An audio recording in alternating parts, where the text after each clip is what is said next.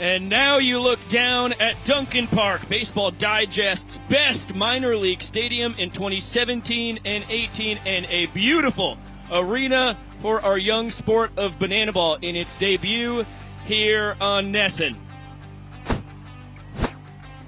Welcome into the broadcast booth alongside Josh Kalevsky. I am Biko Scala. Thank you so much for penciling out some time on your Monday night to join us here in Banana Land. And to get you caught up very briefly here, the Party Animals dominated this tour for the first 4 months, but since the start of June, it has been just about all bananas. Yeah, that's exactly right. Since the month of July, it's the Bananas, 10-3 against the Party Animals. It's vaulted them back above 500 against these guys for the first time since opening night when the Bananas scored a walk-off win. And here's the kicker. Each of the 3 games we've seen on this northeast leg of the tour have been under 2 hours, so you can expect another quick one tonight in Banana Ball. You certainly can. Let's take a look at some of the folks here who make up the 272nd straight sold-out crowd in Banana Land. The folks in Hartford are fired up for the 73rd Banana Ball game of this tour, and the first up here in the Constitution State. Let's take a gander at how the Bananas align defensively here tonight in Duncan Park. From left to right in the outfield, Michael Deeb, D.R. Meadows, and Danny Hosley. Third to first in the infield, it is Jackson Olson, Ryan Cox, Dalton Malden, and Eric Jones Jr. Bill Leroy is behind the dish, and Christian Dearman is on the bump. Yeah, and the Bananas with 8 trick plays in their last game against the Party Animals, vaulting them up to 275 as a team. And the guy to look for, it's Ryan Cox, the only man in triple digits all alone. 4 trick plays. Dalton Malden and Eric Jones Jr., though, on the right side of that infield, also with 2 trick plays in their last game. Let's zoom in on Mr. Electric, Christian Dearman, the 5-year Banana, who was the number 2 starter on this team at the top of this tour, is kind of fallen into a number 4 role as well as a fireman in the bullpen, but has been great since the start of June. He's been an above-average tour pitcher, a 105 ERA plus for Dearman, and a 6-2 record as a starter. And you saw MPI, or minutes per inning. That's a big thing to focus on. Christian Dearman sitting at 4 minutes and 6 seconds his average to get 3 outs in an inning. Let's listen in to Jesse Cole. Banana Nation, it's time. So on 3, I need everyone here to yell, start the clock. 1, 2, 3. Showtime. Showtime indeed, Jesse. The Bananas, 40, 27, and 2 overall, 29, 24, and 2 against these Party Animals. Riding a 7-game win streak on the road. They took 3 out of 4 in North Carolina and then 6 straight in California. And won a couple evenings ago in Staten Island. They are scorching hot outside of the confines of historic Grayson Stadium, which surprisingly the Party Animals have dominated as Reese Hampton gives this a ride out to left, but just shy of the warning track.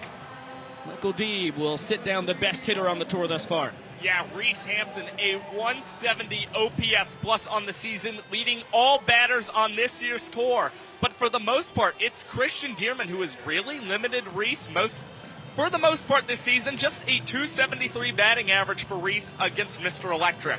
Dearman doesn't do it with velocity. Fastball is about 86 to 88 miles per hour. He can touch 90 when he really reaches back for a little something extra. Get a lot of sinker, slider, and splitter to the 4-seam heater. And you'll see him working a nasty 2-seam as well. He'll front door it on lefties like Dalton Cornett, the catcher in his second tour. He has been excellent.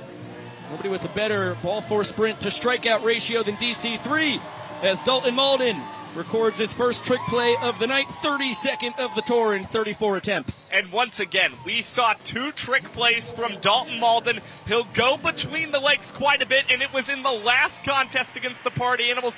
Dalton Malden actually catching a fly ball hit in the air between his legs. A phenomenal play from the songbird of our generation. A bit of a signature move for the Floridian. We first did that last August in the Summer Series on ESPN2, and dazzles us every time. Now Tanner Thomas, roommate of Dalton Malden's. 2018 and 2019 collegiate Banana, was a roommate of Christian Dearman's on last year's tour. Fouls it straight back as Mr. Electric works awful quickly. Tanner has really found a home in the 3-hole here. His 48 runs driven in, tied with Jake Skoll in the on-deck circle for the tour high. Well, Tanner Thomas has been quite on the extra base hit spree lately, and he's tied for the tour lead with 48 RBI, so clearly a guy you want batting that high in your order consistently. Payoff pitch coming here. Dearman looking for a 1-2-3 frame. That one cranked deep out to right. Danny Hosley watches it fly. Oh, baby! That one out of Duncan Park. Tanner Thomas with a monster tater tot for his 6th bomb of the tour. And that's where you see the beauty of banana ball early. It was Christian Dearman who did not want to give up the sprint to Tanner Thomas on 3-2. Just goes him with a pitch over the plate, and Tanner Thomas did not miss it. And these party animals, they're having some fun as Tanner's crossing home plate here. West Side Story, I don't know what is happening with the calm snaps from the bad boys of Banana Land. This is more their style. Turned down for what? Turned down for a 2-out solo home run from the kid out of Fleming Island, Florida, former Virginia Tech product. Leaves the entire building, and that shows the pop that Tanner has as you get to see it another time. That was no cheapie. Holy moly. Now Jake Skoll, another guy who has the muscle to make it back-to-back jacks. 15th overall pick back in 2010. The Texas Rangers nabbed him. Spent 5 years in their organization, 2 more in the New York Yankees minor league system before going back to school. He was drafted out of high school and spent his 4 years of college at UGA as a safety on the football team. Naturally, as superhumans like Scully do, this is his 3rd world tour, but his 1st for the Party Animals. And you'll see him work a lot of at-bats, as you're seeing right here. The tour leader in ball 4 sprints, and he's going to have the count full here. We'll see how Dearman attacks Jake Skoll, especially after running the count full against Tanner Thomas and getting burned. Tour leader in triples and sprints. He now trails Tanner Tinder Thomas in RBIs. He will grab his tour-leading 36th sprint here. The Bananas have to get it all the way around the infield and outfield before the potential tag at second is applied. Reggie Liggins, the umpire out there, said Skoll got in there standing just a smidge before D.R. Meadows tried to slap a barehanded tag on him. And that is only going to raise the ball 4 sprint percentage for Jake Skoll this season. Over 15% of his ABs have resulted in the sprint, and we've got a challenge early on in this ball game. They're going to see if Jake Skoll was out at second base. That means we have to slap on the Riedel headsets, chat with Zach Frangelo and Vincent Chapman to get a second look. How about that? 4 batters in, and we have a fan challenge. Our good folks in Savannah in the control room. Let's get a replay.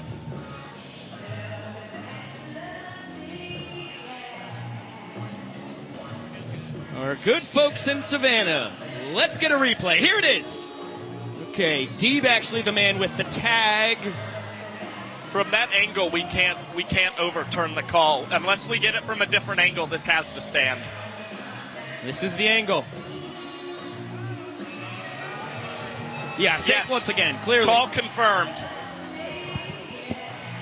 And the fans lose their challenge. Now, if the Bananas or Party Animals challenge a play and they're successful, they get to keep their challenge. For the fans, it's gone either way, and now we see it's a Chapman going to kick this one through the made-up uprights, and the fans here in Duncan furious that that was not overturned.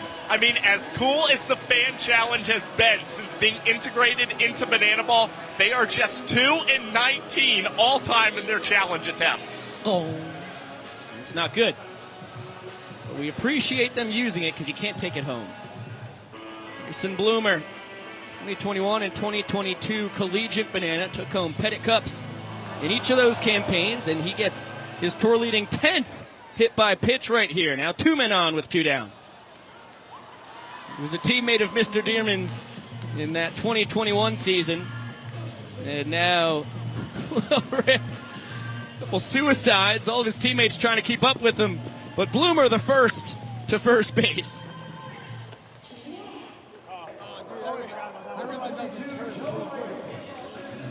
After a fly out and ground out, home run from Tanner Thomas, two-base sprint for Jake Skoll, hit by pitch. All of a sudden, we're in the 6 hole where Joe Lytle has half a night off, the designated hitter. Hitting .319, a .392 on base percentage. The kid out of Oklahoma City, spent all 4 years of his collegiate career at OKC University. In his first World Tour, he's been terrific in the catching tandem with Dalton Cornette and Mike Vivacis.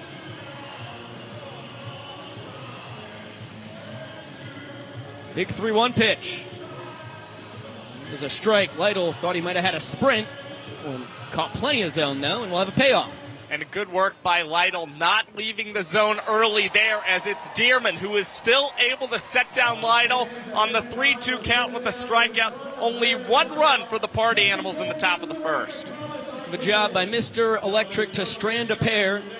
Remember, Banana Ball is match-style play. You win an inning, you get a point. So if the Bananas can score 1 run, they will tie the first inning. If they can push 2 or more across, they will win it and claim the first point available here tonight. Let's look at the Party Animals lineup. But before that, let's get a little glimpse into the world's slowest race. You never know. No. Never mind. The control room changed their mind. And we'll take a look at the aforementioned Party Animals defensive alignment. From left to right in the outfield, it's Reese Hampton, Jake Skoll, and Tanner Thomas. You've already seen them all at the dish. Same goes for Bryson Bloomer at third. Then we get to some fresh faces. Chase Acuff at short, Dustin Baber at second, and Sam Claycamp over at first. Dalton Cornette is catching, and Garrett Delano gets the start on the mound. We've got a lot of the same defensive alignment we've seen for most of the season for the Party Animals, but in the last game we saw quite a few defensive miscues, errors, and trick plays missed. So when guys are trying to, for instance, go between the legs and make a play and not able to record the out. So if the Party Animals can shore that up, they're sure to be in fine shape. And Dustin Baber and Chase Acuff, the double play combo up the middle, they've been the guys who have really led the way for the Party Animals this season defensively. Well, now we get to check in on the world's slowest race, and as per usual, not a whole lot of action, although we do have a curious baby here in orange. That was a step, or at least a quarter of one. Fascinating stuff over there. The parents imploring their children to crawl to them, but instead it is the adults moving towards the toddlers. That's got to be an interference call, wouldn't you think? Yeah, I would say so. That's a clear interference. Let's take a look at Garrett Delano, because clearly nothing is happening here except for one crying kid and 2 very inquisitive youngsters. Delano was the ace of this squad at the start of the tour. He still has as good a stuff as anybody in Bananaland, but has struggled as of late, including his last start, in which he threw 5 of the 16 ball 4 sprints he's given up in 57 1/3 innings on the tour. Yeah, it was quite the departure we've seen from Garrett Delano. This is a guy who throws a lot of strikes, has really, really great life on the fastball, and still, for a starting pitcher, a pretty good minutes per inning mark at 4 minutes and 26 seconds. As Eric Jones Jr. sprays this close to the Party Animals dugout down the first base line. Unfortunately, a fan not able to come up with that catch to start the ballgame for the Party Animals. Delano is really successful when he gets ahead with his 4-seam, 2-seam, and cut fastballs, and then he can do a whole lot of damage with his curveball and changeup. And he was the second best pitcher on the tour over the first few months. That is what he was doing so well. That one cranked foul. The former Seattle Mariners and Minnesota Twins minor leaguer. After said minor league career, EJ was the Mariners bullpen catcher last summer, and was a big part of that becoming the best bullpen in Major League Baseball, and the team making a playoff push, even pushing the Astros to Game 5 of the ALDS. No one's got more pop here in 2023 in Bananaland than EJ. 11 home runs, pacing the field, cranks that one foul, and then we'll have another one too. Yeah, and Eric Jones Jr., also the Bananas' overall extra base hit leader. 13 doubles, 2 triples, and of course the 11 home runs, like you said, leading the tour. that adds up to a .560 slugging percentage, best on the team, unsurprisingly so. Not a slouch in the average or OBP department, hitting .319, reaching base at a .399 clip. Rounds that one foul, putting together a heck of an at-bat here. Yeah, we're about to see an 8th pitch and this at-bat early. And you talk about pitchers who really try and work quickly to get those low MPI marks. This is usually one of those situations that can really skew data, is long ABs like we're seeing here between Delano and Jones Jr. This one popped into the field of play. Sam Claycamp throws away the cowboy hat and finds the ball for a big out number one as Delano wins the fight. EJ will pass the baton to Michael Vitamin Deeb in his 3rd World Tour, former Chicago White Sox minor leaguer. Holding down left field tonight, as consistent as ever. Hitting .317, as you can see there, a 110 OPS plus, means he is 10% better than the average banana ball hitter. .387 OBP, slugging .457. Nothing to complain about from the pride of Davie, Florida. We're looking at a guy who is top 10 in just about every offensive category on this year's World Tour and has held down the 2-hole very well since moving into it. His 18th consecutive start in the 2-hole. He's batting .302 for the Bananas in that span. Good sign for Delano. Awful early tonight. A 1-2 count and then an 0-2 count, and he gets a strikeout. Uses the cheese to take care of Michael Deeb. That a cut fastball there for his first strikeout. Yeah, this is very reminiscent of the guy that we have seen early on this year's tour, as the crowd is giving a big ovation to a native of the state of Connecticut. It's Vinnie Derubius, tonight's designated hitter, coming up hailing from Trumbull. Designated hitter. Started his collegiate career here in Connecticut as well at University of Bridgeport before transferring to Lander for his final 3 years of eligibility. And he cranks that one. Deep center field. Skoll able to drift back and grab it on the run as the Party Animals win the first inning 1-0. And they lead the game in the all-important points category by the very same score. Second inning of Banana Ball. Welcome back to Banana Ball live from Duncan Park in the capital of the Constitution State. Come to you from Hartford, in the home of the Hartford Yard Goats, AA affiliate of the Colorado Rockies. Party Animals claim the first point available this evening, so they lead 1-0. And Christian Dearman out for a second inning of work, has 7, 8, and 9. Jason Swan, Sam Claycamp, and Dustin Baber due to swing it here in the top of the second. And Jason Swan, kind of the last of the killer Jays who have done a lot of damage against Christian Dearman on this year's tour. He, Joe Lytle, and Jake Skoll all batting .400 or better against the righty, and it's Swan at a dead even .500 against Dearman. Swanee is the donut hitter tonight, so if Mr. Electric can retire him on strikes, which is a tough task to do, Swanee has worked 25 ball four sprints compared to just 23 strikeouts on the tour. And the full capacity crowd here in Duncan Park will be gifted donuts courtesy of Duncan. How apropos.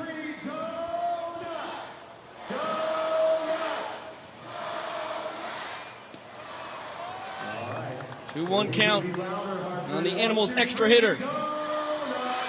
Out of Jacksonville, Florida, spent all 5 years of his college career at Georgia Southern. Now leads 3 balls and a strike. And a very versatile player for the Party Animals, a guy they're putting at a lot of different positions on the diamond as he sprays this down the third base line, and that is a fair ball as Swan is turning and going for extra bases. Yeah, that one into the no zone for us in the booth. A solid wall blocks left field for Josh and I, but that one past the greatest showman of Banana Land, Jackson Olson, got dirty, couldn't grab the ball. And Swanee grabs his 7th two-bagger of the tour. All his teammates will come join him for some kind of slightly choreographed dance at second base. And Jason Swan continues to hit the ball well, especially as he's entered the month of August. Now hits in 4 of 5 games. And this is a guy also in July. He continues to play well, but 9 runs batted in that month, leading all party animals.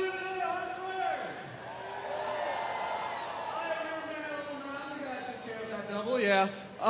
We are here, and we're going to start this batter off with a great game of rock, paper, scissors, shoot.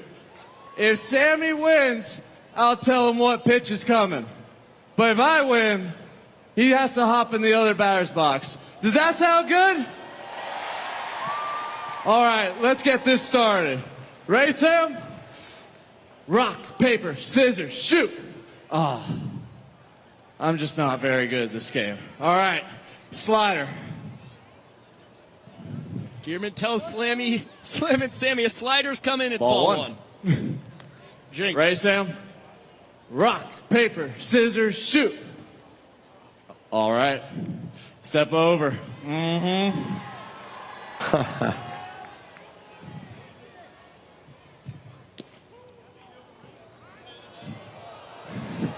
Fastball misses a pinch outside. Ready, Sam? Rock, paper, scissors, shoot. Yeah, stay there.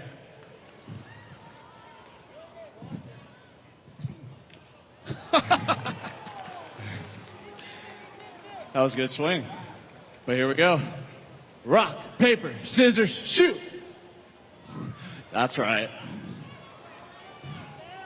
Scissors beats paper for anybody wondering at home. Strike 2. Let's get loud, everybody. Ready, Sam? Rock, paper, scissors, shoot. Yeah.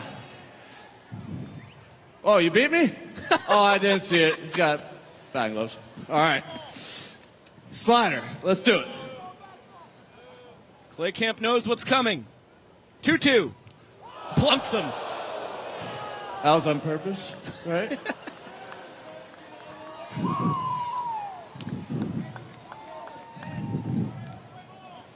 Number 9, Dustin Baber.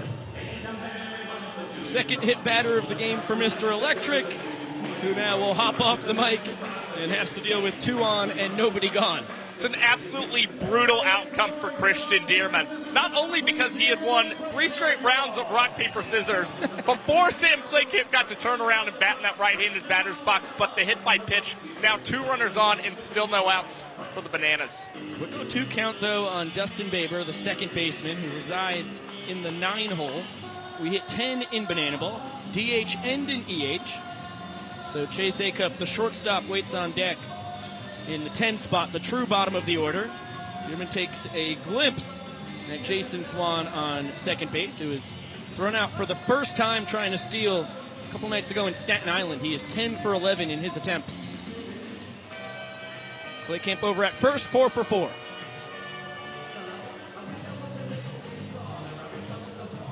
And Baber works it back to 2 balls and 2 strikes. Big pitch here coming from Dearman. And a full count.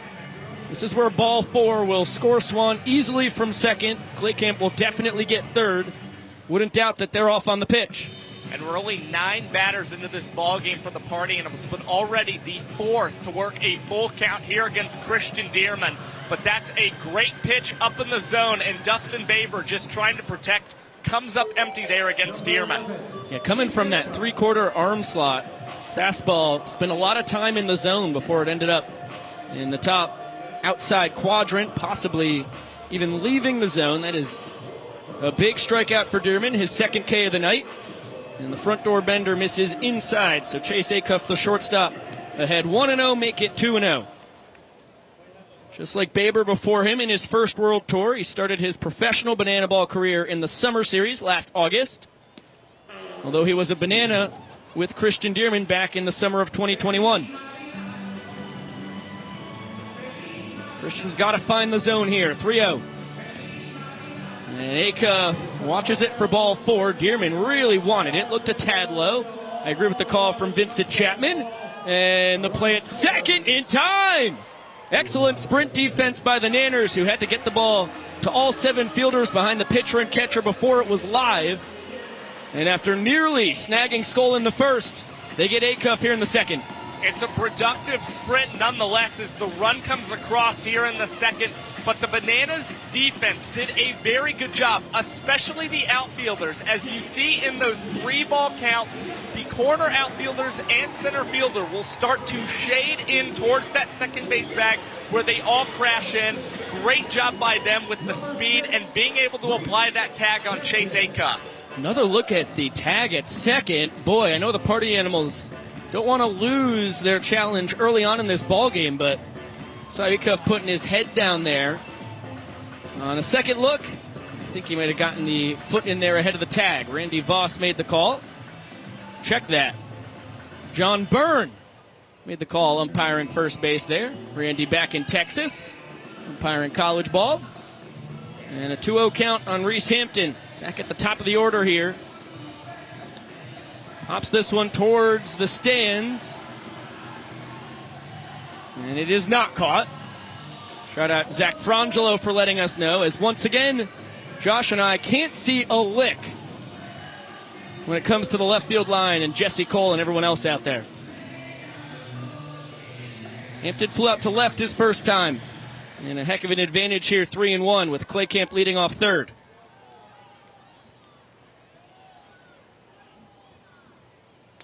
Cranks that one to center. DR Meadows hardly has to move. In fact, he backflips and makes the catch.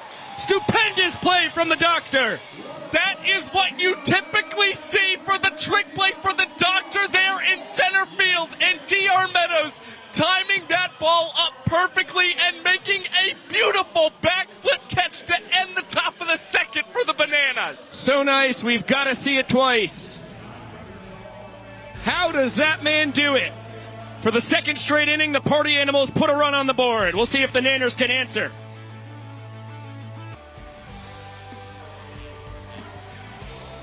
A full capacity crowd here in Hartford, Connecticut, belting out some tunes as we head to the bottom of the second inning. Party Animals lead the game 1-0, and they lead the second inning 1-0. Garrett Delano back out on the bump after a 1-2-3 first inning. He is the beef of the Bananas order, 4, 5, and 6. Dakota McFadden, Danny Hosley, and Ryan Cox. First D-Mac in his third World Tour takes the heater, well, a cutter at that. No, it's a strike call, just not a very vocal one from Vincent Chapman. Now the count 1-1. Dakota McFadden alongside Eric Jones Jr., the Bananas leadoff hitter, another one of the big boppers. 9 home runs on this year's tour, and the only man on the Banana, the homer, in every single month on this year's tour as he sends one back towards the fans. Could not be caught, so McFadden now a 1-2 count here against Delano. D-Mac 9 homers in total, tied with Reese Hampton for second on the tour. 13 doubles to boot. All good for a .525 slugging percentage. Third on the Bananas as he works the count, even to 2 balls and 2 strikes. Can't complain with his hitting for contact either. Hitting .299 as he taps that one to Bryson Bloomer. Taking his time across the diamond is the Boomer. And out number 1 here in the second. Yeah, good job by Bloomer, taking a couple of steps over to his left and fielding that ball. You could see him want to try and make a trick play over there before throwing it on to Sam Claycamp. But important for Bloomer and these Party Animals to just make sure they got the first out in this inning. As you get another look at it, the Shohei Ohtani of Bananaland. Danny Hosley steps into the dish and gives the fans another opportunity to make a play here. And once again, they come up empty. That one clangs off of a fan's hands.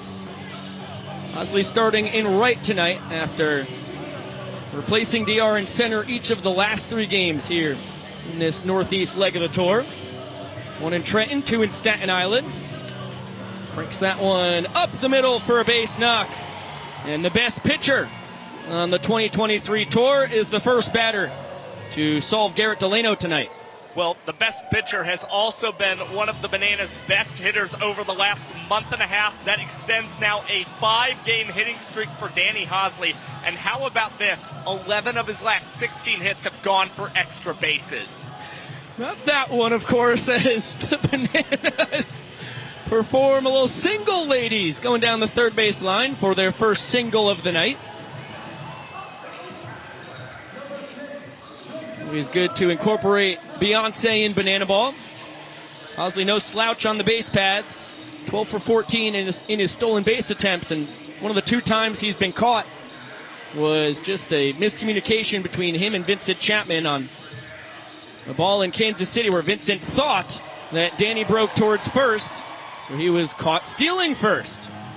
Ryan Cox, in short order, has the second hit of the night for the Nanners as their shortstop is aboard as the potential inning-winning run, and now Bill Leroy, the catcher, comes up to the dish.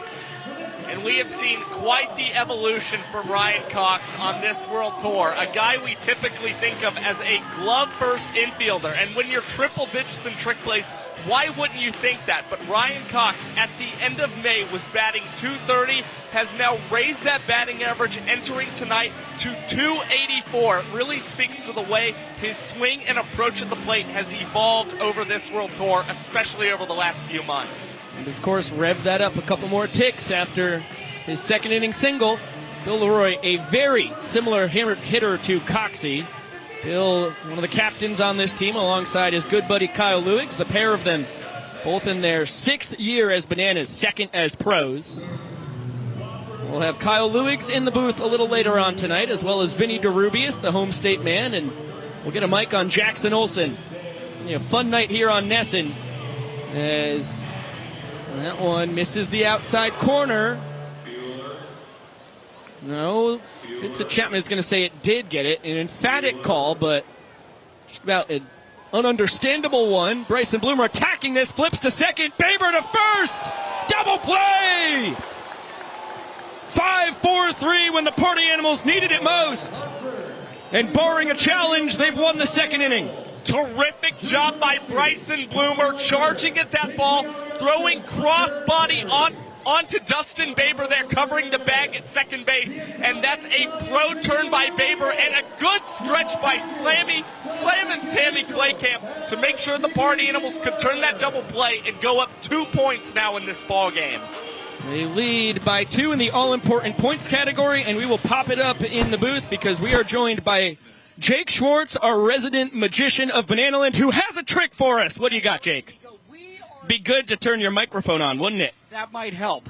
Biko, we, as the Bananas, are here in Dunkin' Donuts Park. And when I first heard that the Bananas run on Dunkin', I asked myself, I said, which run is the run that's on Dunkin'? If the Bananas run on Dunkin', which Bananas run is the one that's on Dunkin'? I have since been informed that that's not really how it works. But I think it'd be fun to try it my way. So I've got my home plate here that will represent home plate, and I have some delicious Dunkin' Donuts coffee, which will represent the elements of the field. So, Josh, I'd like you to think of a time of day for this play at the plate. You have one. You got it locked in, Josh. What's the time of day that you happen to be thinking of? It would be 7:15, Jake. 7:15. We've got the elements of the field and a play at the plate. This otherwise blank home plate, Biko, hold on to that trash can, is now officially time-stamped. Take a look at that. Oh, my gosh! Exactly 7:15. Josh, your thought of time, the perfect play at the plate. That's what it means when the Bananas run on Dunkin'. I'm gobsmacked, as per usual. Thank you, Biko. And if you'll excuse me, I just need to get some cream and sugar. Yeah, go crazy. Thank you very much, Jake, for blessing us with your magical self. My pleasure. Here goes Jake Schwartz. And I continue to have no clue how he does what he does. I'm baffled. Every time, man. Ryan Cox and Dalton Malden, lounging at second base for the throwdown. Matt Wolf is lassoing Reggie Liggins on the third base line. It's a pretty typical night in Bananaland. Appreciate everybody watching the first ever Banana Ball game broadcast on Nesson. We go to the top of the third. Dalton Cornett leads it off. It's 2-3-4 for the fellas in black tonight. Thomas on deck, Skoll in the hole. Cornett now 1 for 2 on the night. Had a ground out his first time. Hosley digging this out of the corner. And DC3 cruising into second with a stand-up double. His 12th two-bagger of the season. Good piece of hitting by Dalton Cornett, continuing to stay hot for the Party Animals. And when that ball landed in the outfield, really looked like it kind of died out as Danny Hosley was getting over to it. And Dalton Cornett, not the speediest guy in the world for the Party Animals, but took an aggressive turn. And again, another runner in scoring position for the Party Animals in this ballgame. Tanner Thomas flies out to Michael Deeb. And Christian Dearman in his third inning on the bump has a big first out. Tanner Thomas took him to the land of good and plenty for a solo home run that ended up standing out as the deciding run in the first inning for the Party Animals. Now it will be Jake Skoll, who worked a two-base sprint his first time. We've seen 2 of them handed out by Christian Dearman tonight, but a reminder, when ball 4 is fired, all 7 fielders behind the pitcher and catcher have to touch the ball before it's live. Skoll barely beat the Bananas defense back in the first inning as Dearman brings in Cox, Malden, and Meadows for a choreographed dance, a little Fresh Prince of Bel-Air, where this boogie tells a story. And the pitch. Skoll with a monster hack and a miss. He's put 8 balls out of the park this season, 4th most on the tour. That one dribbles away from Leroy. He has no idea where it is. You can steal first base in Banana Land, and Skoll wants to swing the lumber. He's 1 ribeye behind Tanner Thomas for the season high. Cornett will take advantage of the wild pitch and grab third base. You'll see a lot of the times the Party Animals, especially their batters like Jake Skoll, who like to get their ABs in a game, willing to steal first base when they have 2 strikes on them. But here, it's Skoll believing he can do some more damage against Dearman, and why not? Batting .429 against Mr. Electric on this year's tour. That one smashed out to right center. Nobody's catching up to this. It is in the power alley. And Skoll has himself an easy stand-up triple. He does tie Tanner Thomas atop the ribeye leaderboard with his 49th of the season. And in all 3 innings tonight, the Party Animals have played it a run. And that is now 6 triples on the season for Jake Skoll, leading all players on this year's tour. There's a reason why he was snagged 15th overall back in 2010 by the Texas Rangers. He's every bit of a 5-tool player. And he replaces DC3 on third base for a very dangerous man himself, Bryson Bloomer, who was plunked his first time. And looks like a little Waka Flocka walk-up. Jason Swan, despite his magnificent muscles, failing to deadlift what looks like, golly, I think 445s on each side. Josh, you're the statistical savant. How much weight was that? 360 pounds. I got there. Except the bar might be 45 as well, so we're looking at maybe a 405 plus. Yes. And he'll leave the weights in the left-handed batter's box. Dearman nearly clips him with the slider that escapes the strike zone. Good job by Bill Leroy to get a glove on it. Bananas bring the infield in. 1 run in already here in the third with 1 out. And the Boomer ahead, 2 balls and no strikes. That one chopped to Ryan Cox. Skoll stays put at third. A trick play from the glove magician. His tour leading 117th for the second out here in the top of the third. And this is the guy who is better at the infield trick play than just about anybody else. And you can see not only is Ryan Cox going between the legs, at the same time he is staring down Jake Skoll at third base, making sure he is not going to break for home there before throwing it onto first for that second out. Unbelievable. So nice you get to see it thrice. Now Joe Lytle in the 6th hole. The 1-1 count. DH for the Party Animals, struck out swinging his first time.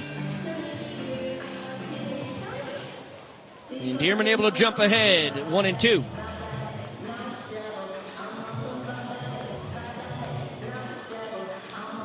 Fouled off.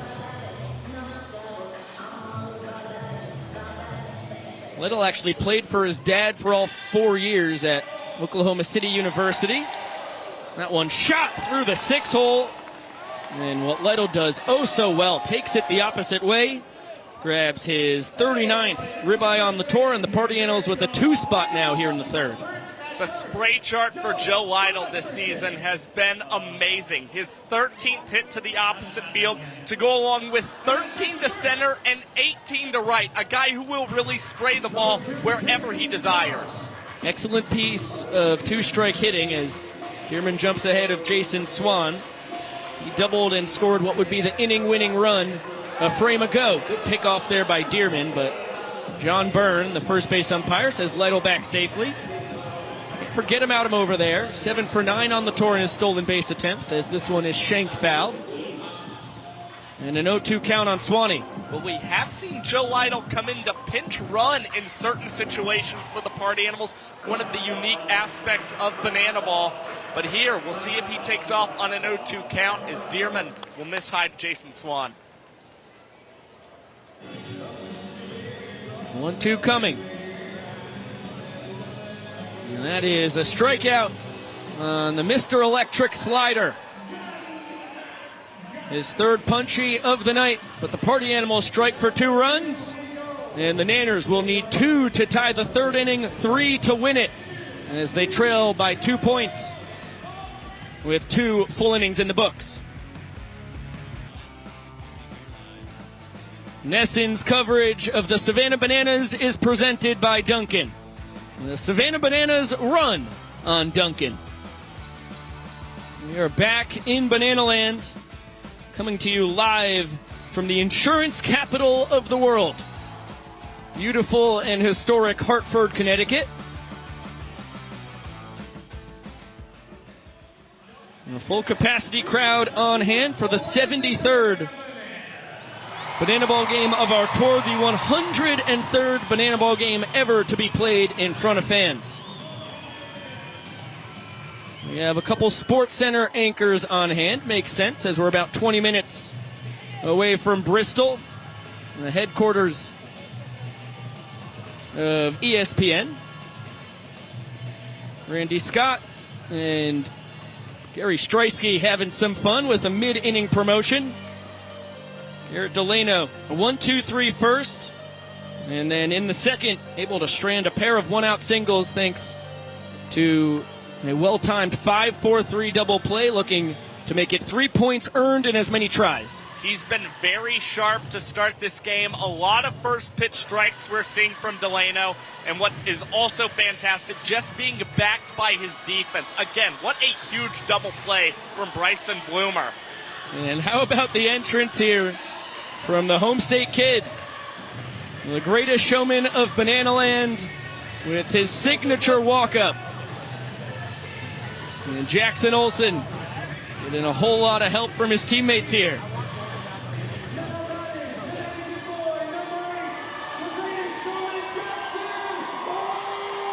Close to 2 million people follow Mr. Olson on social media. The lion's share of that on TikTok. But he is not a one-trick pony. He is a menacing man to be hidden towards the bottom of this Bananas lineup. In fact, you can say the same for DR Meadows in the on-deck circle as well, as Delano fires the first pitch just a bit inside. Well, Jackson is just now coming back from a scary injury that happened in Kannapolis. He was on second base. A pickup attempt was thrown back and hit Jackson in the face. He actually missed quite a few games for the Bananas, and coming back, he had batted mostly in the 6th hole before he's come back, and now holding down that 8th spot, just trying to get reacclimated in the lineup, but hits in each of his last 5 starts overall. Delano gets him swinging there. Really nice backdoor cutter. And Jackson Olson, the second strikeout victim of the night. for Garrett Delano. That's a guy set down hitting .322 with a .487 slugging percentage. Mr. Olson has been no slouch in his first World Tour. And as I mentioned just a few moments before this, neither is D.R. Meadows. He had been the Nanners' leadoff man for the last couple months, and then tonsillitis took him out in Trenton and Staten Island. He makes his return to the lineup in the 9-hole. This is the Bananas leader in batting average at .346 and on base percentage at .442. And after missing those couple of games, it was the first time he had not drawn a start since March 5th in Jacksonville on the World Tour. And DR has mainly held down the leadoff spot for most of this season. This is the first time he's out of that spot since May 6th against the Kansas City Monarchs, as he's going to use his speed to reach base. Nothing new for the Doctor. Fancy play up the middle by Baber and Acuff. That was the only chance in the world they had at getting the speedy Nanners center fielder, who is 35 for 41 in his stolen base attempts on the tour. He only trails Danny Oberst, who gets the night off, and Malachi Mitchell, the Nanners' automatic pinch runner in the stolen base department. And it's D.R. Meadows as well, who just accomplished a rare feat for the Bananas. He is the first man in World Tour history to reach 70 hits in a season for the Bananas. Now Dalton Malden, the good guy's second baseman, holding down the 10-hole tonight. The songbird of our generation just came out with a new single on Friday. How'd you keep her? As golly. Garrett Delano wanted a new baseball and tried to throw one back towards the Bananas dugout. Nearly took out a fan. There goes Mr. Meadows, the throw into center field, and the Doctor tackled by Dustin Baber. I don't think he had a chance at third either way, with Jake Skoll barreling in and the cannon of an arm that he's equipped with. And you're seeing with the Bananas down 2 runs in this inning, you're trying to get any runner you can into scoring position. D.R. Meadows, one of the fastest men on the team and a veteran of head coach Tyler Dillon's green light special base running system. No surprise it was D.R. Meadows getting the send over there to second and stealing it successfully. Yeah, Mr. Meadows, a big part of last summer's Coastal Plain League Championship Banana squad, as the fastball is blown by Dalton Malden. Third strikeout of the evening for Delano.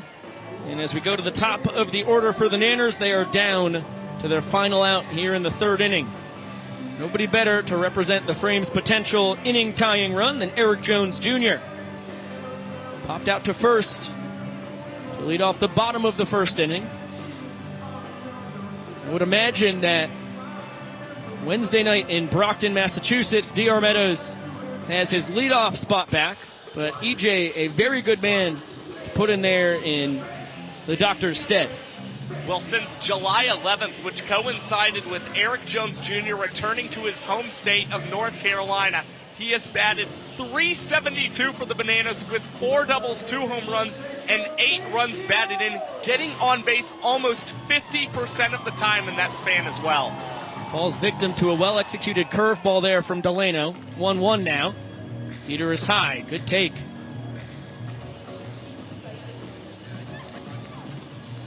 Jones out of Charlotte, North Carolina. Moved there when he was about 2 years old. Originally born in Jacksonville. Meadows dancing off of second. And this one lifted out to right center.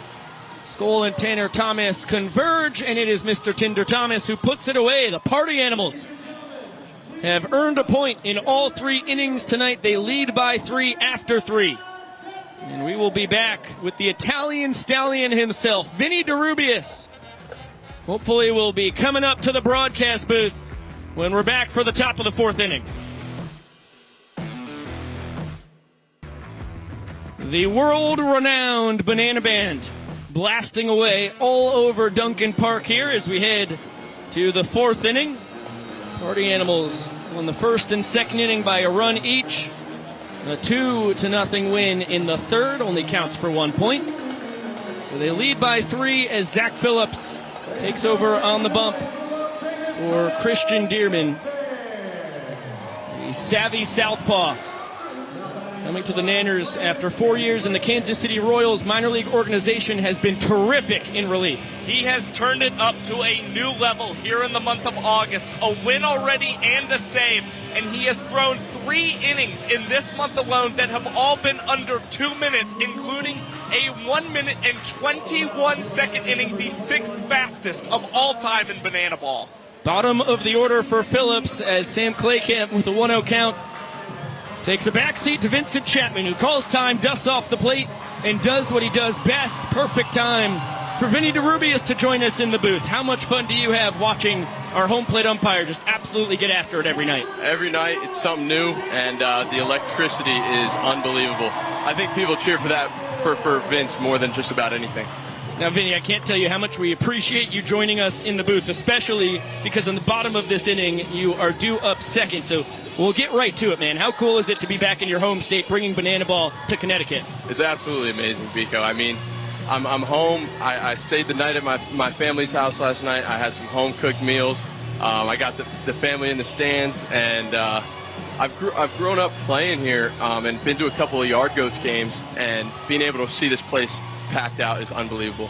Sammy Claycamp will pump the brakes at second, leading off the 4th with a 2-bagger after he was hit by a pitch his first time. Party Animals continue to rake here. Now Dustin Baber, who struck out his first time, will try his luck against Zach Phillips. Yeah, so walk us through, Vinny, your experience here in the past. So in the past, I've come to like 2 Yard Goats games. I was real young, but I remember thinking about how cool this Dunkin' Donuts Park is. And I played a couple of men's league games here, but there's nobody in the stands. And to see this place fully packed out is unbelievable. See what Haas has. Okay. Claycamp does not test the arm, and that is why. Yeah, smart move by Claycamp. But yeah, no, it's amazing being home. My mom, she cooked the boys some food. We got some baked ziti, some meatballs, and a little antipasto for the locker room. Now Chase Acuff, the shortstop in the 10-hole, an RBI sprint his first time, was cut down by your defenders as he tried to turn it into a 2-base sprint. Now, Vinny, walk us through. You got a little arm injury right now, or else I am sure you would be patrolling right field. Yeah, back in Savannah about a week and a half ago, I fielded one of the Party Animals' base hits, and Reese was on second base, so I knew I was going to have to come up shooting. And I fielded it at a very sharp angle, and I tried to turn my body full speed, and I let go of the ball a little bit outside of my body, and my elbow flared up a little bit, so I can't really throw right now. Hopefully back out there in the field soon, as Ryan Cox is called off by DR Meadows. I really thought number 2. Really thought Cox had that one, but yeah, hopefully we get better soon, get back out there. But until then, we're going to swing it and we're going to have a great time. Now, Vinny, how cool is it for you not only to be home, but just to be playing this entire northeast leg of the trip, just kind of being around a lot of the locations that you're from? It's been something that's been marked on my calendar since, I signed to be a Banana, because I knew I'd have my family here and, everybody supporting me, and also being able to play in front of them after my injury. It's just, I took a moment out there in the outfield before the game to kind of soak it all in a little bit, and, it makes you feel some type of way, but it's a beautiful thing to be out here every day with you guys, and couldn't be happier. Fires us up to here. 1-1 count on Reese Hampton, who turns around to hit from the right side. He's flown out to left and lined out to center to a back-flipping DR Meadows. Phillips coming home with Claycamp still on second. So really quick, Vinny, if it's possible to tell it quickly, you mentioned your injury. You can only see out of your right eye. How did that happen? That's right. I was up to bat at Lander University, about a week left in my college baseball career down in South Carolina. I was up to bat, and I fouled a pitch off of my bat, and it hit me directly in the eye, and I had to get carted off the field, rushed to emergency surgery, and very scary situation. And when I woke up the next day, they told me that I would probably never see out of my left eye again, and they were right. But but I knew, unfortunately. But I mean, I believe everything works out for a reason. Everything happens for a reason. So to be here is honestly a blessing, and being around all you guys and the great people of Banana Land is really good for my spirits and just about everybody else's. Hampton sends this one into the right field corner. It scores Claycamp easily from third, and Reese cruising into second with his tour-leading 24th double. And that's a great piece of opposite field hitting from the only switch hitter on this year's tour. It's Reese taking that pitch from Zach Phillips out to right field and dropping it in. And with his speed, no surprise he was going for extra bases there. Party Animals have now scored in every inning. They lead 3 points to nothing. And now they lead the fourth inning 1 run to nothing as Dalton Cornett, a double and a run, scored 1 for 2 on the night. Will swing away with 2 down after the big Party Animal celebration. Little Macklemore down there. That's a fact. So, Vinny, can you walk us through how you ended up at the Bananas tryout last November 19th and then your journey through Banana Land? So, back in May when I got hit, I obviously was going to go ahead and either play indie ball, maybe hopefully get signed, but obviously that wasn't an option. I had to recover. I had to adjust to just regular daily life with one eye, depth perception, all that kind of stuff. And I knew that morning when I woke up from surgery that I wanted to be on a baseball field. I wanted to live out my dream, and I told myself I was going to do everything possible to do that. And from the day I was released, that first day I went directly to the batting cage to see if I could hit a couple of underhand flips.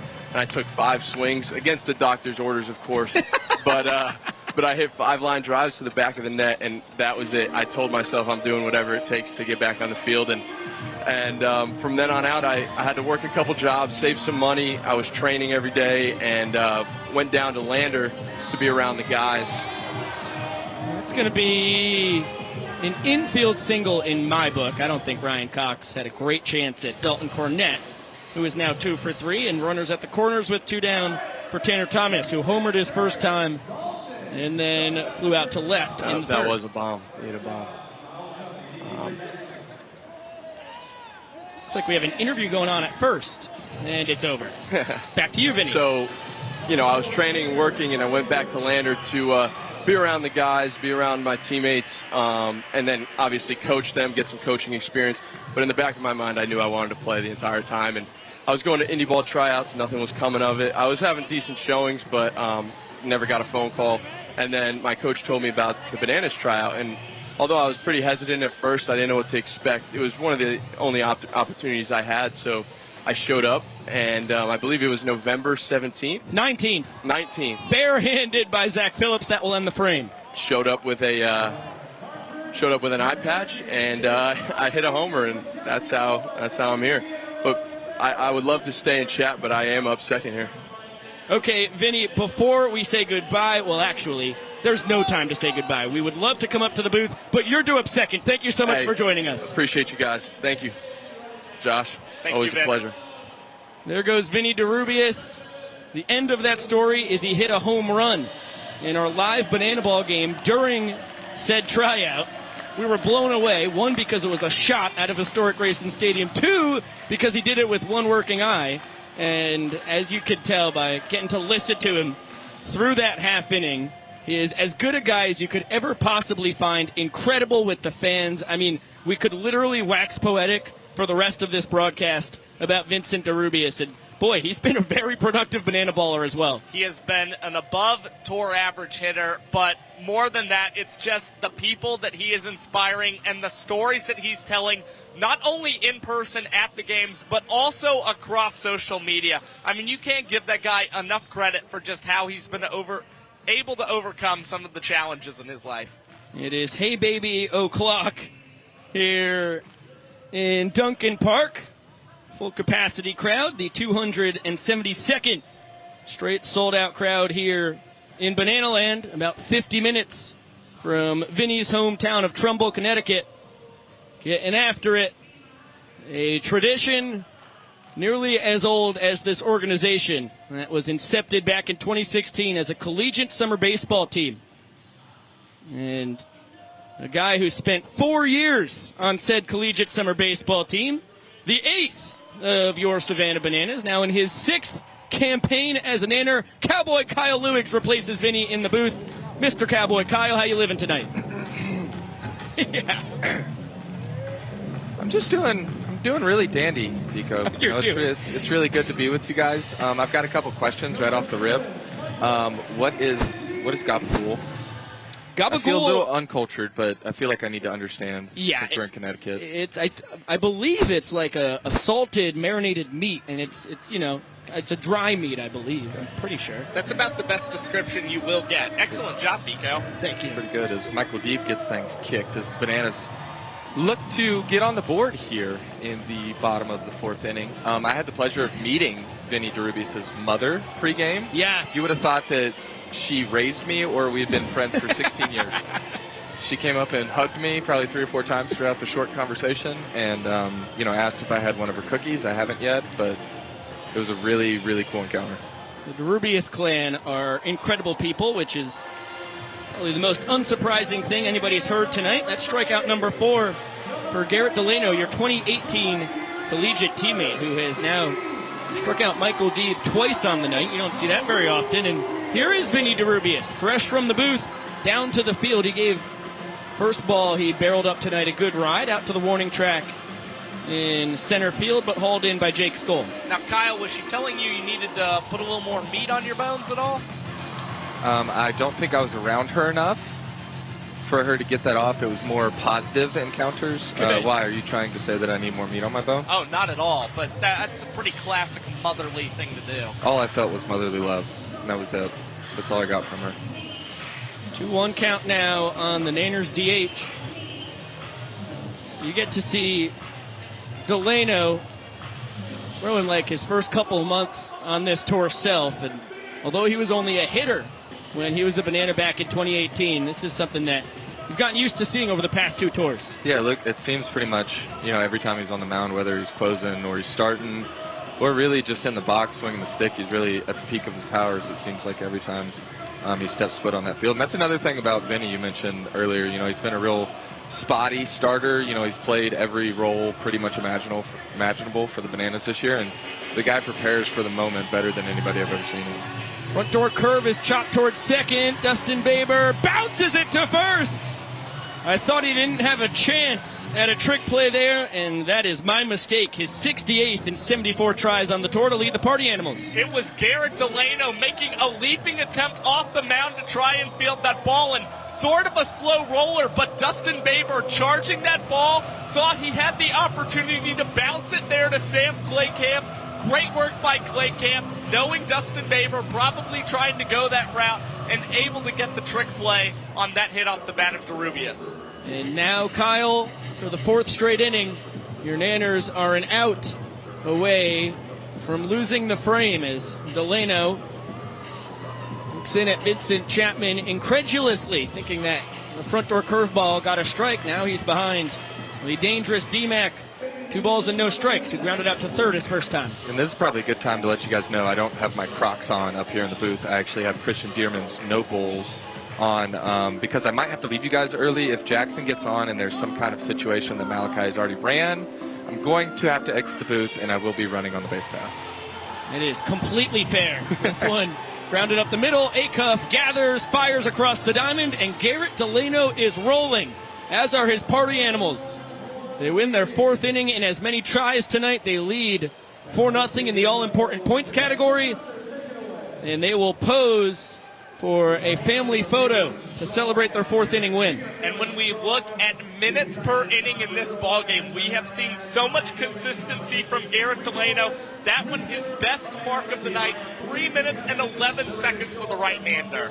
And we get to welcome in the owner of this company, Mr. Jesse Cole, the man in the yellow tux, the pride of Scituate, Massachusetts, who has brought Banana Ball closer to his hometown than ever before. Jesse, how cool does it feel? Here in Connecticut, in New England, it's truly an honor. I watched Destin as a kid, watched all the Red Sox games as a part of this, and now to see this response and the support up in New England, it's second to none. It's really special. Well, your Nanners are once again rolling. I know you just love to see good Banana Ball, but they have won 7 straight road wins. Now they're down 4 points to nothing. How about the Party Animals tonight? Well, that's the thing about Banana Ball. You never know who's going to win. It's competitive. These guys are playing their hearts out. They're working hard every day on trick plays, and we're seeing those tonight. And now the Party Animals are off to a great start. So we'll see what happens, but I'll tell you, the Bananas are fired up. This might be one of the loudest crowds we've had all tour from coast to coast. It's pretty amazing. Well, speaking of, it's the first ever Banana Ball game in New England. Over 7 27,000 tonight in Duncan Park. How cool is it to be in the center of that all? I mean, fans lining up early all the way down the streets throughout Hartford.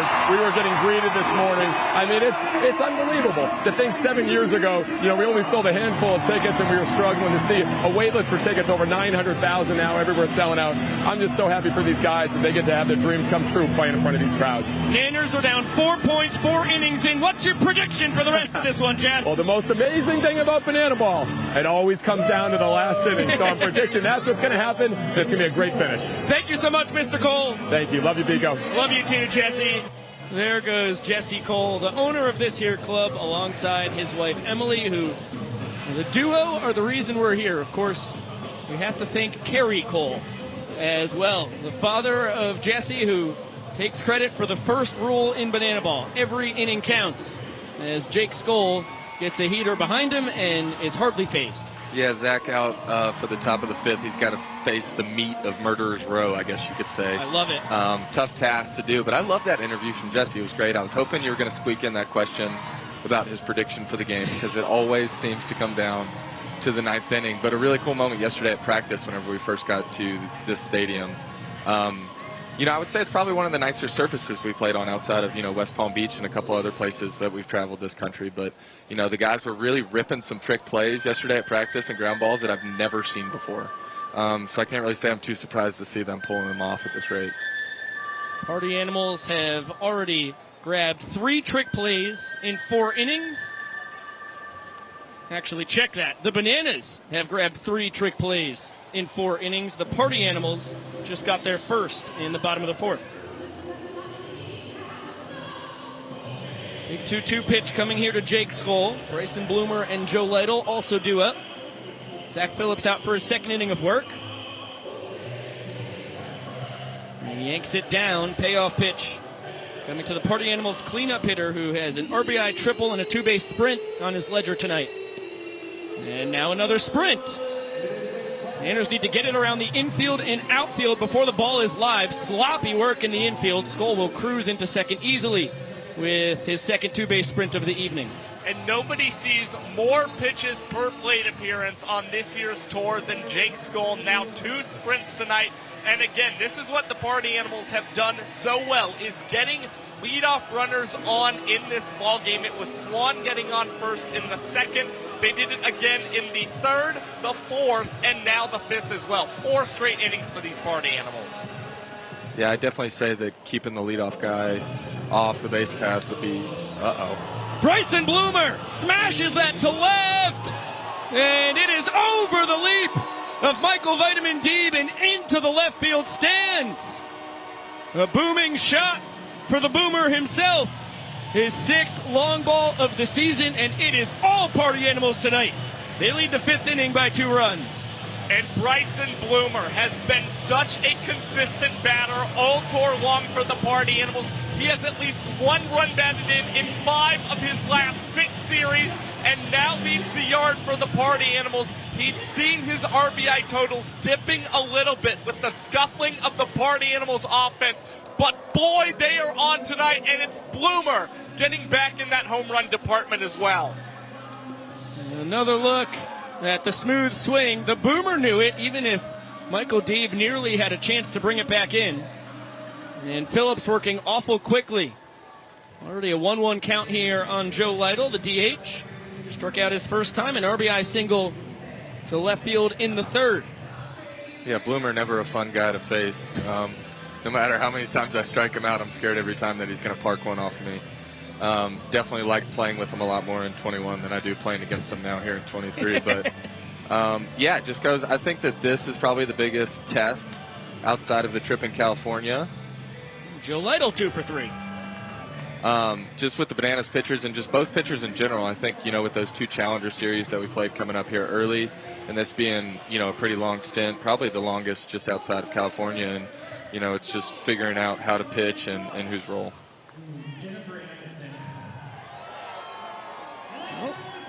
I don't know what the question was Who there. Who was Joe Lytle's celebrity crush? Jennifer Aniston was the answer. Who is your celebrity crush? That's a really good question. I've never really had one. That's where I always struggle answering it. And oddly so, I find myself going, I'm a guy through and through. Right. I got Ryan Reynolds. He's got my heart. What's hilarious. I mean, I didn't want to confuse anyone out there, but the first person that came into mind was the fella from the second Hunger Games movie who ate some sugar cubes. I was like, man, that's a good-looking guy. I think his name was Peter? Finnick. No, Oh, not Peter. Finnick. Come on. oh, I mean, there's nothing wrong with him. Uh-oh. I'm not a PETA guy. We got donuts for the people of Dunkin' Donuts Park. Yeah, funny enough, that is the second time that Jason Swan has struck out tonight, but they didn't realize they got donuts the first time because we had Randy and Gary running out there from Sports Center for a promotion, and everybody didn't realize they had sweet treats coming their way, which is happening this time because Phillips able to get Swanee on strikes. Matt Wolf out. He's called off by David Meadows for out number 2. Yeah, really close situation there. It's Matt Wolf who has been inserted into the game to play second base, and you saw him continue to backpedal out there and looking a little bit lost, looking up at the lights. Good job by D.R. Meadows, that captain of the outfield, to call off Wolf and Danny Hosley crashing in from right to record that out. Yeah, Biko, I think the best way to put it is, sometimes we have a lot going on.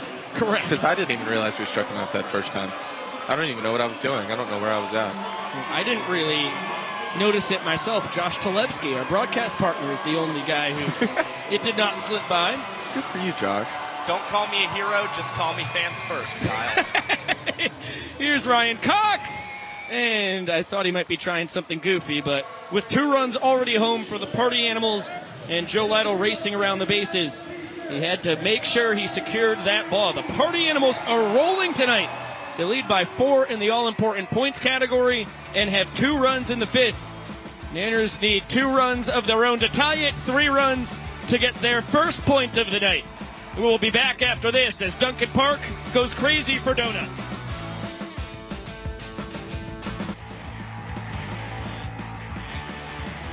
Nesson's coverage of the Savannah Bananas is presented by Dunkin'. The Savannah Bananas run on Dunkin'. And of course, we're back from Duncan Park. And boy, I was running on Dunkin' Donuts this morning. As soon as I got to the stadium, I had a large black iced coffee from Dunkin'. Got me right where I needed to be. It's phenomenal. Danny Hosley cranks that front door bender foul. It's going to be 5, 6, 7 for the Nanners here, who, as I mentioned before the break, need 2 runs to tie the inning, 3 runs to win it, and that ball has some chutzpah behind it to center, but Jake Skoll! Oh, nearly had that in his back pocket. Hosley trying to get to second. The throw from Skoll, not in time. It's a 2-base trick play missed, and the Party Animals thinking about challenging this one. Yeah, you're seeing Dustin Baber pretty adamant about the fact that he was able to get the tag on Danny Hosley there. And it's head coach Mike Babasis who has now left the dugout trying to check if he and the Party Animals want to challenge this play. Now, in the end, Baber actually was wiping the hand across the neck, saying, don't use the challenge here. Yeah, he was really selling it there and then really put the brakes on it. Correct. Shut the whole thing down. But you don't see a whole lot. In about face. Boy, Skoll had everything but the trick play there. Guy who was so consistent with them early on in the tour, now 9 for 14. And we talk about trick play feel, banana ball feel. With the Party Animals already at 4 points in this ball game and up 2 runs in this inning nonetheless, to have the leadoff batter come up and you try for the trick play, really smart banana ball from Jake Skoll. Ryan Cox able to check his swing. 2 balls and no strikes on the Nanners shortstop, who singled in the second and then was taken off the base paths in the 5-4-3 double play that ended the inning.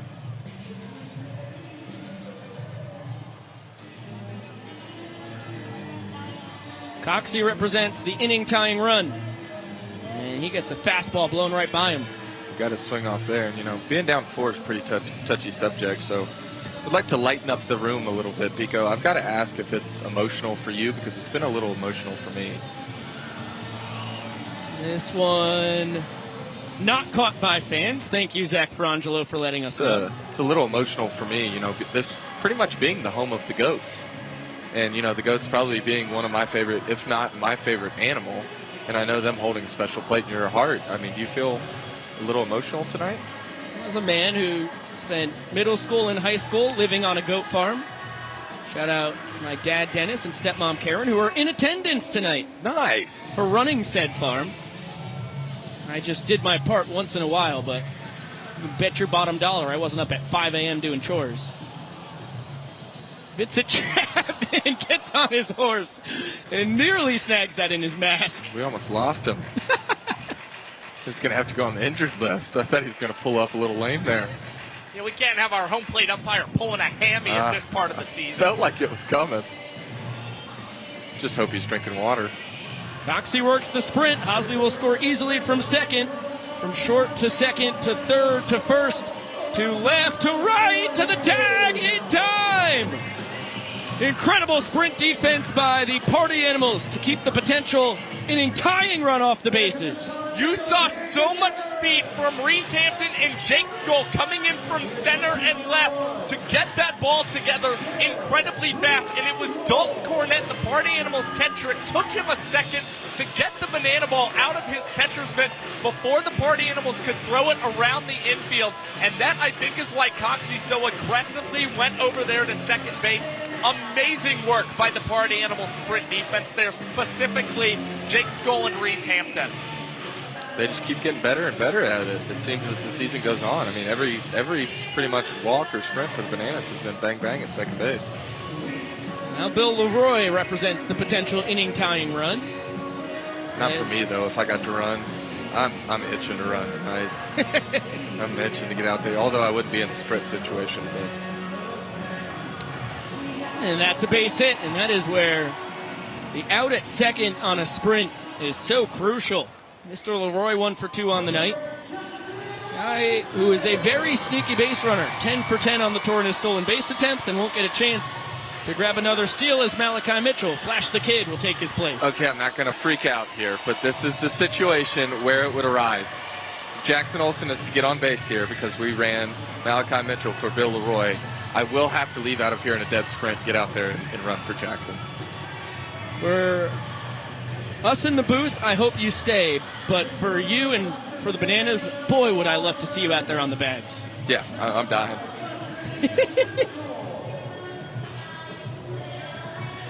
We're on the edge of our seats. Well, our proverbial seats. We're all standing. I'm standing. Correct. If I was in a seat, I wouldn't be anywhere close to it.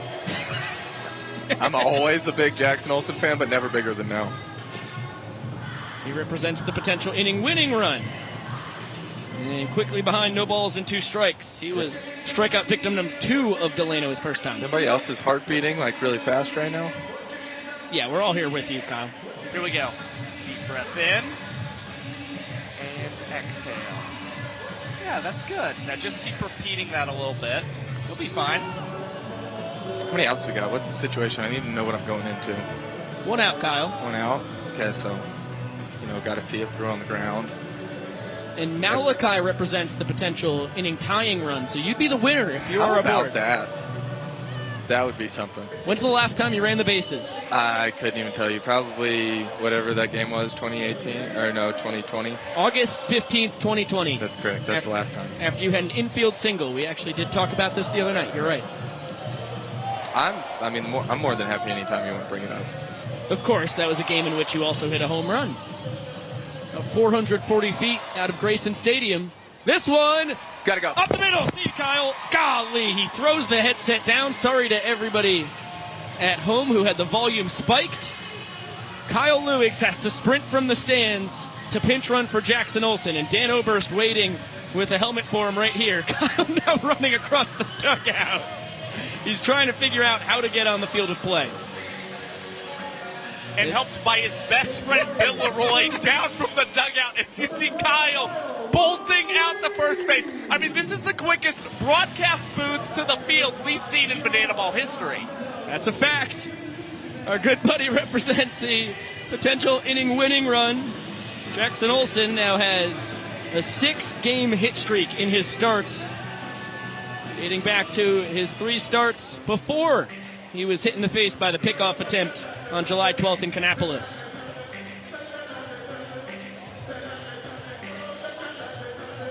The only out this inning It was on ball four sprint defense by the Party Animals, keeping Ryan Cox off of second base. DR Meadows had an infield single his first time. Fouls that one back. And he's seeing Delano very well this season, batting .346 against the righty and leading the Bananas on the road with a .359 batting average in away games. Flash the kid off second, Cowboy Kyle off first.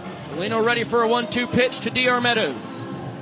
He will check on Malachi first. The ball sprints away from Dustin Baber. And now the potential inning tying run just 90 feet away. And that's where you see the havoc that Malachi Mitchell can wreck on the base pass for the Bananas. It's Garrett Delano, who saw him dancing just a little too much off the second base bag, wanted to try the pickoff move, but Dustin Baber a little surprised by it. And it's Kyle Lewigs who's going to take up on the pitch and record a steal and take a bow. With Sam Claycamp playing in on the grass, he wasn't holding him on. You get another look at it here. The jump of the century. And DR Meadows cranks that one down the left field line. It's fair. Malachi scores the inning tying run. Cowboy Kyle Lewigs sliding into home with the inning winning run. And the Nanners are on the board in the points category. Just an unbelievable sequence of events from the Bananas. No surprise that they're excited about it. An incredible offensive rally from the guys, especially considering Ryan Cox was nabbed on the ball four sprint at second base. And how about the celebration led by our good pal who exited the booth with incredible speed, and he shows it out on the backs. He swipes second base and comes around to score on the 20th walk-off of the year by DR Meadows. It is 4-1 Party Animals with 5 innings in the books and 4 more to play. 36 minutes and change on our 2-hour timer. And